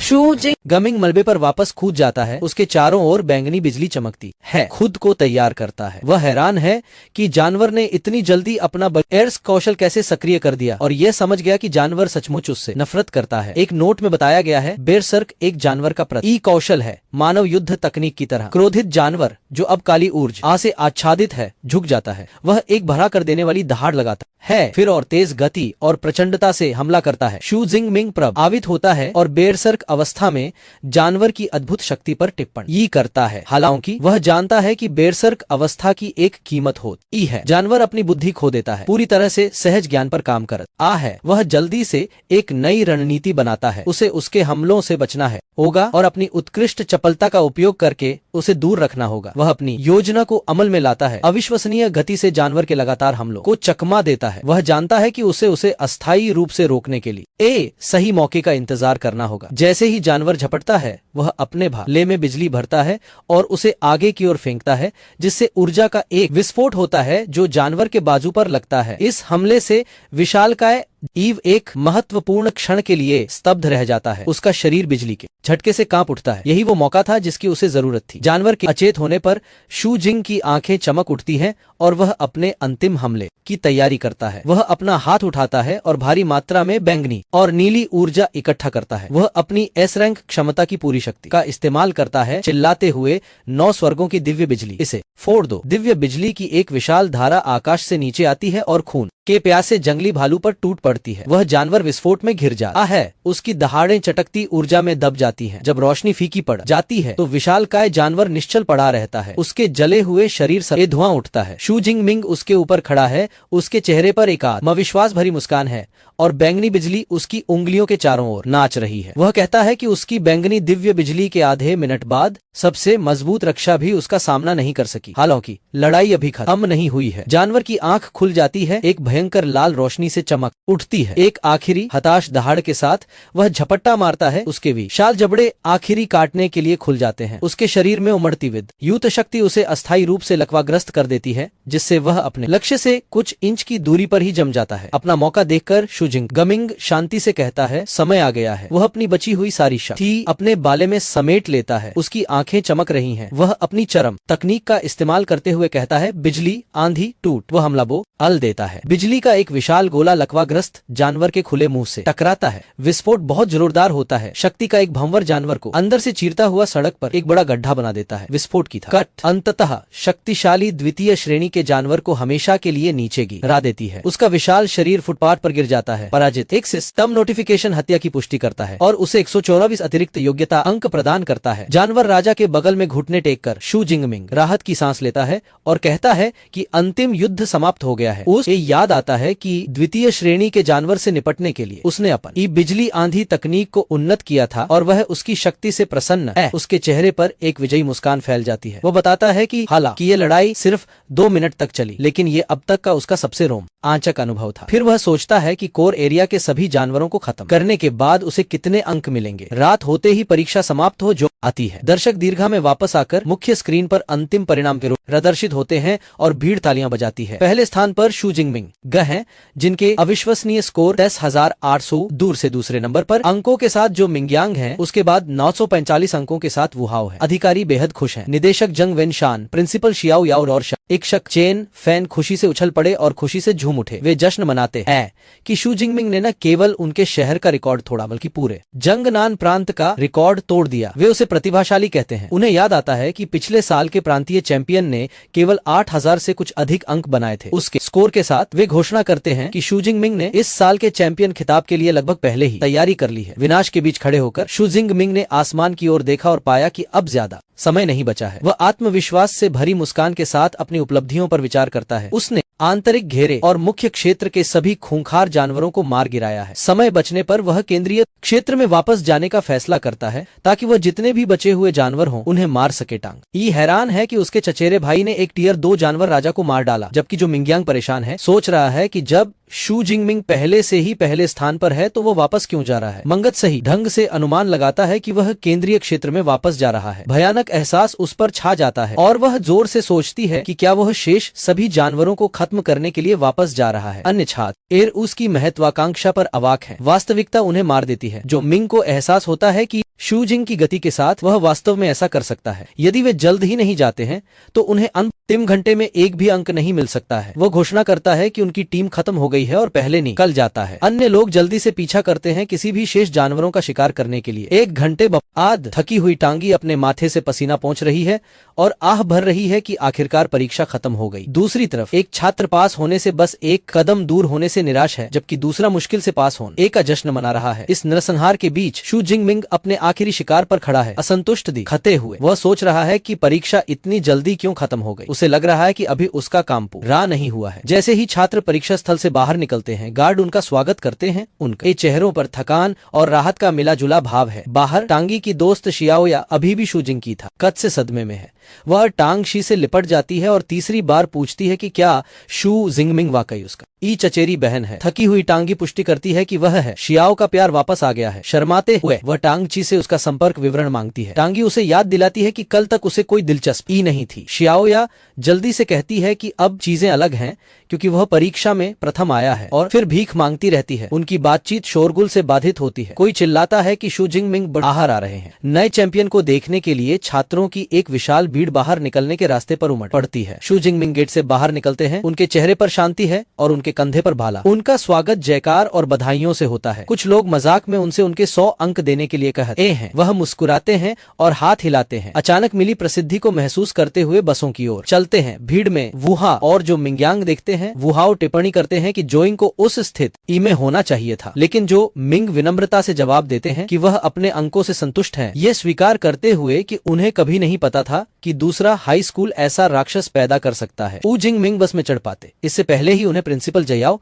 याओ रोक लेते हैं। शू जिंग मिंग अराजक भीड़ को देखता है और महसूस करता है कि यही उसके लिए अच्छा है, ये जानते हुए कि बस का सफर सवालों से भरा होगा। वह अधिकारियों के साथ एक चमकदार काली कार में बैठ जाता है और तेजी से आगे बढ़ ढूंढा जाता है। कार के अंदर निर्देशक जेनांग शू जिंगमिंग से पूछता है कि वह किस महाशक्ति विश्वविद्यालय में जाना चाहता है। शू जिंगमिंग स्वीकार करता है कि वह अपनी शक्ति पर इतना केंद्रित रहा है कि उसने इसके बारे में सोचा ही नहीं। निर्देशक उसे आश्वस्त करता है कि उसके परिणामों के साथ कोई भी विश्वविद्यालय उसकी पहुंच में होगा। हालांकि वह सलाह देता है कि देश के आधे उच्च स्तरीय महाशक्ति उपयोगकर्ता शीर्ष 3 विश्वविद्यालयों से स्नातक हों और उन्हें उन पर विचार करने की सिफारिश करते। निर्देशक जंग वेन शान शीर्ष 3 का विवरण देते हैं। पहला है चिंगजिंग महाशक्ति विश्वविद्यालय, जो सरकार से संबद्ध है। स्नातक सीधे इस प्रणाली में प्रवेश कर सकते हैं और देश की सेवा कर सकते हैं। अगला है मोडू महाशक्ति विश्वविद्यालय, जो अपने उत्कृष्ट संसाधनों और विशिष्ट क्लबों के लिए जान आ जाता है। अंत में जिनकिंग महाशक्ति विश्वविद्यालय है, जिसका एक लंबा इतिहास और मजबूत संकाय है। तीनों में उच्च स्तरीय साधना पद्धतियां हैं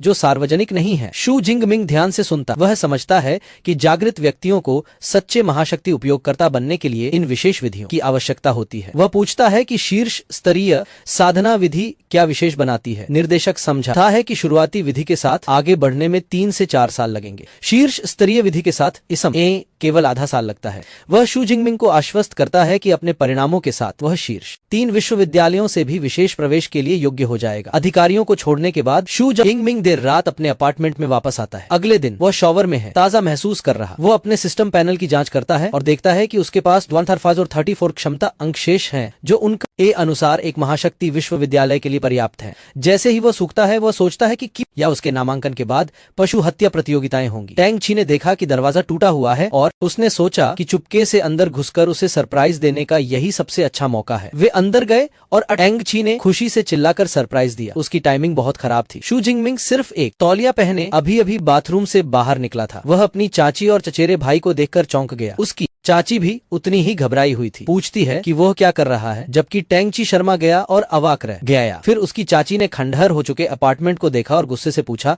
कि यह इतनी बुरी हालत कैसे हो गई। एक फ्लैशबैक में बताया गया है कि उसके माता पिता के निधन के बाद उसकी चाची उसके साथ रही, उसकी अच्छी देखभाल की और उसे घर जैसा स्नेह दिया। उसने अपने अभिभावक के कर्तव्यों का पालन किया, यहाँ तक कि कभी कभी उसे उसका पसंदीदा खाना भी खिलाया। शुरुआती सदमे के बाद शू जिंगमिंग उसकी चाची और चचेरे भाई के साथ बैठा। उसकी चाची शू चिंगवान अपनी राहत व्यक्त करती है। वह स्वीकार कर ये है कि जब उसे पता चला कि वो मार्शल आर्ट की परीक्षा दे रहा है तो वो बहुत चिंतित हो गई थी। अब जब उसने देखा कि उसे कोई चोट नहीं आई है तो उसे राहत मिली है। वह उसे आश्वस्त करती है कि उसके अंक महत्वपूर्ण नहीं है। शू जिंगमिंग उलझन में है और पूछता हो कि क्या टांगी ने उसे परिणाम नहीं बताया। टांगी ने आंख मारते हुए कहा कि बेहतर होगा कि वह खुद अपनी माँ को बता दे। शर्मीली मुस्कान के साथ शू जिंगमिंग अपन चाची को बताता है कि उसने काफी अच्छा किया है, 10,000 से ज्यादा अंक प्राप्त किए हैं। यह खबर इतनी चौंकाने वाली है कि उसकी चाची अपना पेय थूक देती है। वह खांसती है और उससे अपने अंक दोहराने को कहती है। टांगी ने इसकी पुष्टि करते हैं उए अपनी माँ को बताया कि उसने 11 अंक प्राप्त किए हैं। उसकी चाची अवाक रह जाती है। एक क्षण बाद वह खुशी से फूट फूट कर रोने लगती है और उसे कसकर गले लग आ लेती है और कहती है कि शू परिवार को आखिरकार एक उत्तराधिकारी मिल गया है और स्वर्ग में उसके माता पिता को कितना गर्व होगा। इस बीच एक हाईटेक कॉन्फ्रेंस रूम में विश्वविद्यालय के भर्ती अधिकारी परीक्षा परिणामों की समीक्षा कर रहे हैं। एक महिला शू जिंगमिंग के बारे में आंकड़े प्रस्तुत करती है। उसकी उम्र, उसकी कथित ई क्लास योग्यता और एक अनरैंक्ड अवेकनर के रूप में उसकी रैंक का उल्लेख करते हुए एक भर्ती अधिकारी जरूर देकर कहता है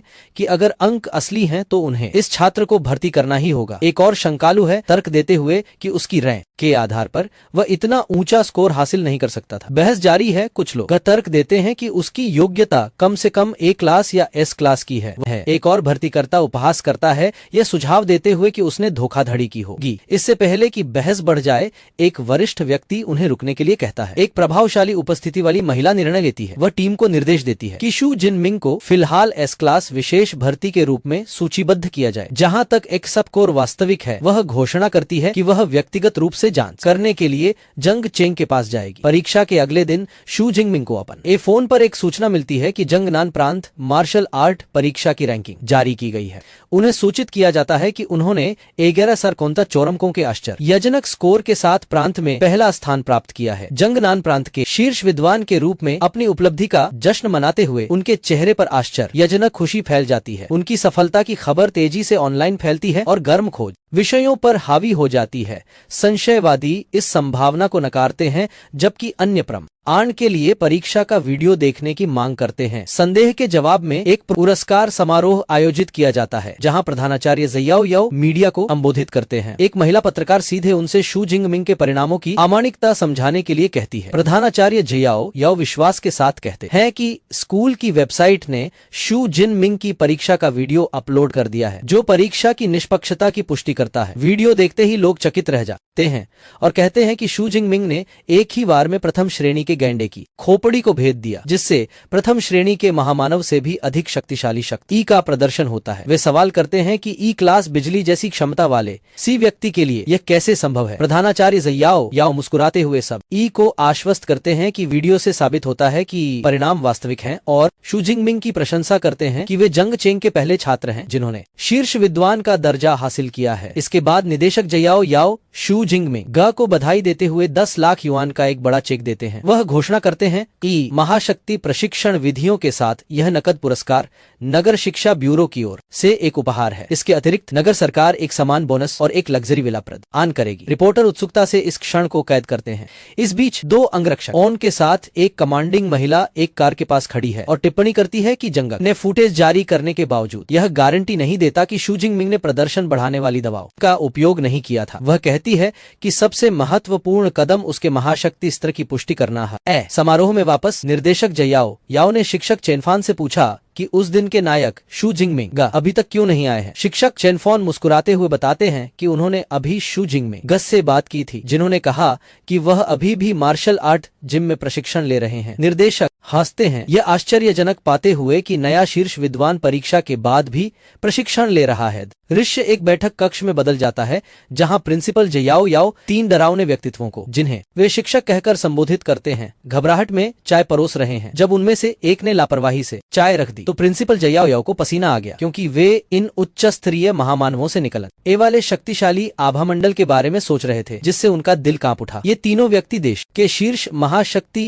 विश्वविद्यालयों से भर्ती करता है और माहौल तनावपूर्ण है क्योंकि उनके अपार आध्यात्मिक दबाव आपस में टकराने को तैयार हैं। छोटे भूरे बैंगनी बालों वाली महिला मोडू सुपर पावर विश्वविद्यालय की प्रवेश निदेशक जंग ज़ियाओ युई चुप्पी तोड़ती हैं। वह अपने प्रतिद्वंद्वियों से पूछती हैं कि वे किसे निशाना बना रहे हैं। हल्के नीले रंग की पोशाक में एक महिला चिंग जिंग सुपर पावर विश्वविद्यालय की सुयून जंग ज़ियाओ युई से कहती है कि वह मूर्ख न बने। वह पूरे विश्वास के साथ कहती है कि जब तक उसके परिणाम वास्तविक हैं, चिंग जिंग विश्वविद्यालय उसे स्वीकार कर लेगा। लम वे काले बालों वाला एक व्यक्ति जिन सिटी सुपर पावर विश्वविद्यालय का वू युआन उसके दावे का मजाक उड़ाता है और कहता है कि जिन सिटी विश्वविद्यालय उसे भर्ती करेगा। जैसे ही उनके बीच ऊर्जा की चिंग अरी फूटती है, जंग शियाओ युई मन ही मन सोचती है कि शीर्ष विद्वानों की भर्ती में हमेशा दूसरों से टकराव होता है। जैसे ही तनाव चरम पर पहुंचता है, दरवाजा खुलता है और शू जिंग मिंग अपने कंधे पर आला रखे प्रवेश करते हैं। वे तीनों शक्तिशाली व्यक्तियों का शिक्षक के रूप में शांतिपूर्वक स्वागत करते हैं। उनके अचानक आगमन से भर्तीकर्ता आश्चर्यचकित हो जाते हैं। जंग शियाओ उसे दिलचस्पी से देखती है और पाती है कि उसका उत्साह पूर्ण है और वह अभी भी अपना हथियार लिए हुए है। यह इस बात का संकेत है कि उसने अपने प्रशिक्षण में कोई ढील नहीं दी है। इससे भी महत्वपूर्ण बात यह है कि वह इस बात से प्रभावित होती है कि वह 3 उच्च स्तरीय महामानवों के संयुक्त दबाव में भी नहीं डगमगाया। प्रिंसिपल शियाओ याओ औपचारिक रूप से भर्तीकर्ताओं का शू जिंग मिंग से परिचय कराती है। मोदू विश्वविद्यालय से निदेशक जंग शियाओ युई, चिंग जिंग विश्वविद्यालय से निदेशक सुयुन और जिन सिटी विश्वविद्यालय से मंत्री वू युआन। निदेशक जंग शियाओ युआ पहले बोलती हैं और परीक्षा वीडियो में उनके अद्भुत युद्ध कौशल की प्रशंसा करती हैं। हालांकि वे सीधे मुद्दे पर आती हैं,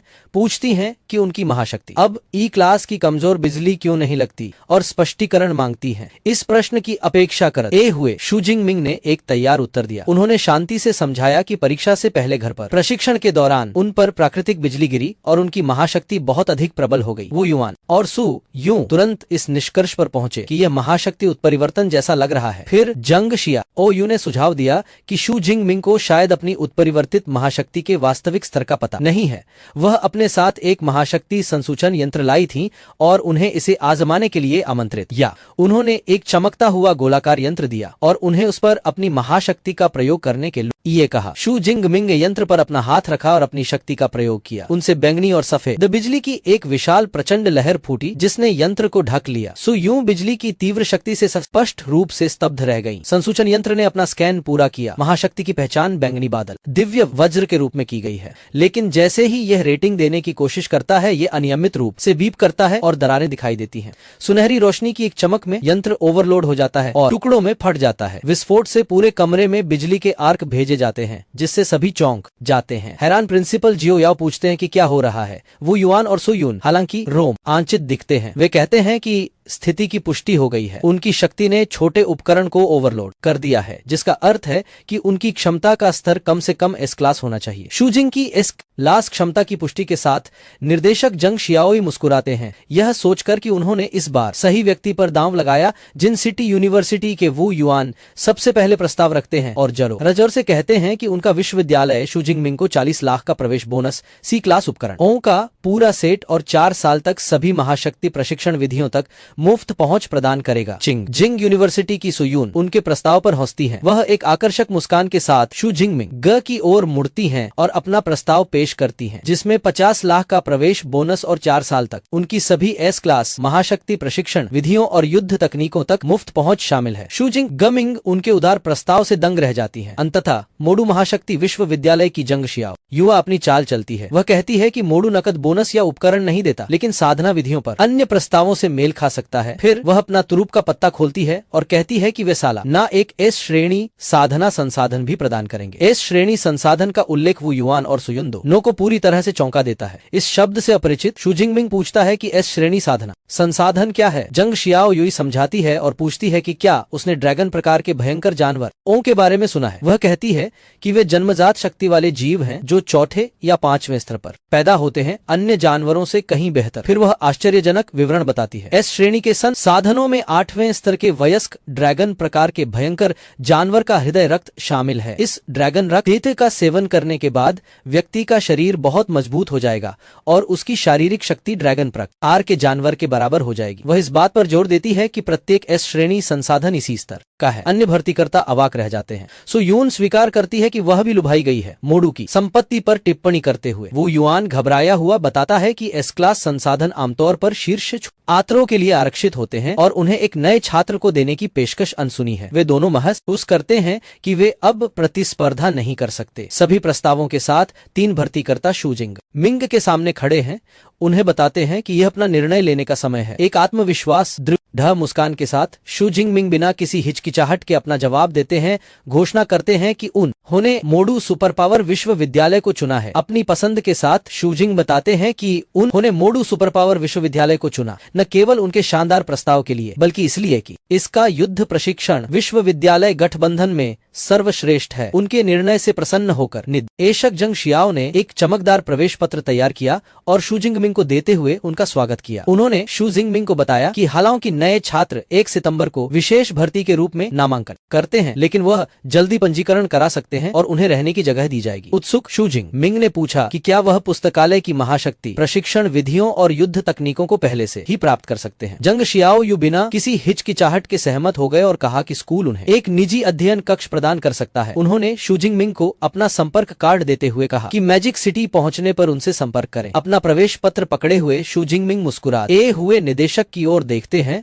और कहते हैं कि वह पंजीकरण कराने के लिए और इंतजार नहीं कर सकते। कुछ देर बाद शू जिंगमिंग अपने सामान के साथ एक रेलवे स्टेशन पर खड़े हैं और मैजिक सिटी जाने वाली G91 ट्रेन के यात्रियों के लिए एक घोषणा सुनकर उत्साहित दिख रहे हैं। स्टेशन पर उनकी चाची शू चिंग-गवान भावुक हैं और अपने आंसू पहुंच रही हैं, जबकि उनके पति टांग डैन उन्हें दिलासा दे रहे हैं। वह गर्व से कहता है कि उनका बच्चा बड़ा हो गया है और जब श्याओमिंग चला जाएगा तो वह उड़ान भरेगा। ऐसा कि टांगी देखती है, उसके पिता उसे याद दिलाते हैं कि अब समय आ गया है कि वह विश्वविद्यालय के विकल्प भरना शुरू कर दे। वह सुझाव देता है कि चूंकि उसका चचेरा भाई magic city super power university जा रहा है, इसलिए उसे भी वहां एक विश्वविद्यालय चुनने का प्रयास करना चाहिए। शुइंग वान सहमत है और जोड़ता है कि उनके लिए एक दूसरे का ध्यान रखना अच्छा होगा। घबराई हुई टांगी चुपचाप सहमत हो आती है। ट्रेन में 6 घंटे बचे हैं। झू जिंगमिंग पहले से ही पढ़ाई कर रहा है। वह खुद से सोचता है कि परीक्षा से सबसे महत्वपूर्ण इनाम सार्वभौमिक सी प्रशिक्षण विधि है। महाशक्तियों की तरह प्रशिक्षण विधियों की भी अलग अलग रेटिंग होती है, शुरुआती, मध्यवर्ती, उन्नत और शीर्ष स्तर। ट्रेन में शू जिंगमिंग सार्वभौमिक सी प्रशिक्षण पद्धति का अध्ययन करने पर ध्यान केंद्रित करता है। वह इसे एक मध्यवर्ती स्तर की तकनीक मानता है और नोट करता है कि अपनी 180 की आध्यात्मिक शक्ति के साथ इसे याद करने में आधा दिन लगा। उसे याद आता है कि इस पद्धति का पालन करके वह अभ्यास के अपने पहले ही दिन दुनिया में विशेष ऊर्जा को महसूस कर पाया था। इससे उसके सिस्टम पैनल पर एक नया विकल्प खुला गया, जिसमें उसके स्तर के आगे एक प्लस चिन्ह दिखाई दे रहा था, जिसका अर्थ था कि अब वह एक जागृत से महाशक्ति उपयोगकर्ता बन सकता था। हालांकि वह अभी स्तर नहीं बढ़ाने का फैसला करता है। उसे याद आता है कि प्रशिक्षण नियमावली में कहा गया था कि सफलता के लिए प्रयुक्त प्रशिक्षण पद्धति का स्तर जितना ऊंचा होगा, लाभ उतना ही अधिक होगा। यह जानते हुए कि उसे जल्द ही विश्वविद्यालय में शीर्ष स्तरीय विधियों तक पहुंच प्राप्त होगी, वह एक मध्यवर्ती पद्धति का उपयोग करके इस अवसर को बर्बाद नहीं करने का संकल्प लेता है। मैजिक सिटी पहुंचने पर शू जिंगमिंग विश्वविद्यालय परिसर को देखकर दंग रह जाता है। कार से वह देखता है कि स्कूल का मैदान कई 100 मीटर चौड़ा है। निर्देशक जंग शियाओ उनका स्वागत करते हैं, जो एक लाल स्पोर्ट्स कार में आती हैं और उनका स्वागत करते हुए उन्हें अंदर आने को कहती हैं ताकि वे उन्हें प्रवेश प्रक्रिया के लिए ले जा सकें। चेरी के फूलों से सजे शानदार परिसर से गुजरते हुए निर्देशक जंग शियाओ इसके आकार का बखान करती हैं और बताती हैं कि ये 40 AMU में फैला है। वो आगे कहती हैं कि यहाँ तक कि आने वाले छात्र भी एक दिन में पूरे परिसर का दौरा नहीं कर सकते। शू जिंगमिंग प्रभावित होते हैं और कहते हैं कि इसे देखना सुनने से बेहतर है। जल्दी से पंजीकरण कराने के बाद निर्देशक जंग शियाओ यूई उन्हें अपना नया छात्र पहचान पत्र देते हैं, एक ऑल इन वन कार्ड, जिसका इस्तेमाल वे छात्रावासों में जाने के लिए कर सकते हैं। जैसे ही वे अपने नए आवास के पास पहुंचते हैं, शू जिंगमिंग अपने पिछले जीवन के बारे में सोचते हैं, जहां उन्होंने 4 लोगों के कमरों से लेकर 3 बेडरूम वाले अपार्टमेंट तक के छात्रावास देखे थे। हालांकि आगे जो कुछ उन्होंने देखा उसके लिए उन्होंने कुछ भी तैयार नहीं किया था। वह अपने नए छात्रावास, एक शानदार आलीशान विला को देखकर दंग रह जाते हैं। निर्देशक जंग शियाओई बताते हैं कि मोडू में हर छात्र एक विला में रहता है, जिसकी विलासिता उनके अंकों के आधार पर तय होती है। प्रांतीय शीर्ष स्कोरर के रूप में शू जिंगमिंग को 800 वर्ग मीटर से अधिक क्षेत्र के साथ सबसे शानदार मॉडल मिला। वह उन्हें बताती है कि विला 2 लोगों के लिए ऊपरी और निचली मंजिल के साथ है, इसलिए उन्हें और उनके भावी रूममेट को प्रत्येक के लिए एक पूरी मंजिल मिलेगी। शू जिंगमिंग को लगता है कि रूममेट होना बुरा नहीं है और अकेले रहने से बेहतर है। वह एक अनाथ के रूप में अपने जीवन पर विचार करता है और स्वीकार करता है कि वह अभी भी एक सांप्रदायिक 4 व्यक्ति छात्रावास की गर्म भावना को पसंद करता है। जैसे ही वो विला के अंदर सीढ़ियों से निर्देशक का पीछा करता है। निर्देशक जंग शियाओ युशु जिंगमिंग के साथ बैठती है और उसे सूचित करती है कि अब वह विश्वविद्यालय के बारे में कुछ महत्वपूर्ण बातें समझाएगी। वह दो मुख्य बिंदुओं पर प्रकाश डालती है, क्रेडिट सिस्टम और मेंटर सिस्टम। वह यह समझाते हुए शुरू करती है कि मोडू में क्रेडिट ही सब कुछ है। इनका इस्तेमाल खाने पीने से लेकर शक्तिशाली उपकरणों तक सभी लेन देन के लिए किया जाता है। वह स्पष्ट करती है कि एक क्रेडिट लगभग 10,000 दक्षिया मोड रा के बराबर होता है। निर्देशक जेंग शियाओ युई बताती हैं कि क्रेडिट पाने के कई तरीके हैं, जिनमें से एक है छात्र की रेटिंग के आधार पर हर साल दी जाने वाली एक निश्चित राशि। एस क्लास के छात्र के रूप में शू जिंगमिंग को साल भर के लिए 100 क्रेडिट मिलते हैं। उसे दिखाने के लिए वो एक छोटे गोलाकार रोबोट को बुलाती हैं जो ईवा पुकारता है। यह उपकरण तैरता है और एक संदेश प्रक्षेपित करता है कि शू जिंग के क्रेडिट बैलेंस में 100 क्रेडिट है। निर्देशक रोबोट का परिचय ईवा के रूप में कराती है, जो हर छात्रावास में मौजूद एआई है। वह बताती हैं कि ईवा का मुख्य शरीर स्कूल का केंद्रीय एआई और छात्रावास इकाइयां उप इकाइयां हैं। हालांकि वह बताती हैं कि एक उप इकाई भी एक स्तर 4 एआई है जो दैनिक जीवन में सहायता करने में सक्षम है। शू जिंगमिंग यह जानकर दंग रह जाते हैं कि ब्लू स्टार अर्र की एआई तकनीक उनके पिछले जीवन की तुलना में कहीं अधिक उन्नत है। पहला बिंदु पूरा होने के बाद निर्देशक जंग शियाओ मेंटर सिस्टम की ओर बढ़ते हैं। वह बताती हैं कि हर छात्र अपने पसंदीदा गुरु को चुन सकता है और मार्गदर्शन मांग सकता है, हालांकि गुरु को सहमत होना होगा। शू जिंगमिंग उत्सुक है और सोच रहा है कि क्या उसे व्यक्तिगत मार्गदर्शन मिल सकता है। एक नए छात्र के रूप में वह इसकी पुष्टि करती है और आगे कहती है कि विश्वविद्यालय के सभी गुरु उच्च स्तरीय महाशक्तिशाली व्यक्ति हैं। अधिकांश के पास अपनी मूल युद्ध तकनीकें और प्रशिक्षण विधियां होती हैं, जिन्हें वे बाहरी लोगों को नहीं देते। ये गुप्त तकनीकें केवल उनके आधिकारिक शिष्य बनने के बाद ही सीखी जा सकती हैं। शू जिंग की क्षमताओं को देखते हुए वह उसे बताती है कि विश्वविद्यालय में 4 गुरु हैं जो बिजली तत्व में विशेषज्ञ हैं। उसकी शीर्ष सिफारिश हथियार अकादमी के डीन यांग जेंटियन की है। उसके आदेश पर इवा डीन का एक प्रोफाइल पेश करती है। इससे पता चलता है कि युवा जेंटियन 52 वर्षीय टियर 7 उच्च श्रेणी के महाशक्तिशाली व्यक्ति हैं, जिनके पास ए रैंक की बिजली महाशक्ति है। वह विभिन्न हथियारों, विशेष रूप से भाले का विशेषज्ञ है, जिससे उसे थंडर स्पीयर की उपाधि मिली है। प्रोफाइल में यह भी उल्लेख है कि उसने एक बार 8वीं श्रेणी की राक्षसी भेल से 3 दिन और रात तक अकेले उसे मारने से पहले युद्ध किया था। निर्देशक अन्य ये 3 संभावित मार्गदर्शकों के बारे में भी जानकारी प्रदान करता है, लेकिन शू जिंगमिंग को बताता है कि अंतिम विकल्प उसका है। विकल्पों की समीक्षा करने के बाद शू जिंगमिंग के चेहरे पर एक आत्मविश्वास भरी मुस्कान फैल जाती है। वह नोट करता है कि डीन यांग जेंटियन न केवल बिजली का उपयोग करता है, बल्कि एक भाला विशेषज्ञ भी है, और निष्कर्ष निकालता है कि वह अपने मार्गदर्शक के लिए सबसे अच्छा विकल्प है। अपनी पसंद करने के बाद शू जिंगमिंग मार्गदर्शक के आवासीय क्षेत्र की ओर जाता है, जो हरे भरे जंगल में पारंपरिक इमारतों का एक शांत परिसर है। जैसे ही वह दीनयांग जेंटियन के निवास के भव्य द्वार पर पहुंचता है, वह सोचता है कि मार्गदर्शक का घर छात्र विला की तुलना में बहुत अधिक भव्य होता है। इससे पहले कि वह आगे बढ़ पाता, भूरे बालों वाला एक युवक पत्थर के शेर के सहारे झुका हुआ पूछता है कि क्या शू जिंगमिंग भी मार्गदर्शन लेने के लिए वहाँ है। शू जिंगमिंग द्वारा इसकी पुष्टि करने के बाद दूसरा छात्र टिप्पणी करता है कि पिछले वर्षों में विशेष भर्ती आमतौर पर मध्यम से उच्च श्रेणी के टियर 1 छात्र होते थे।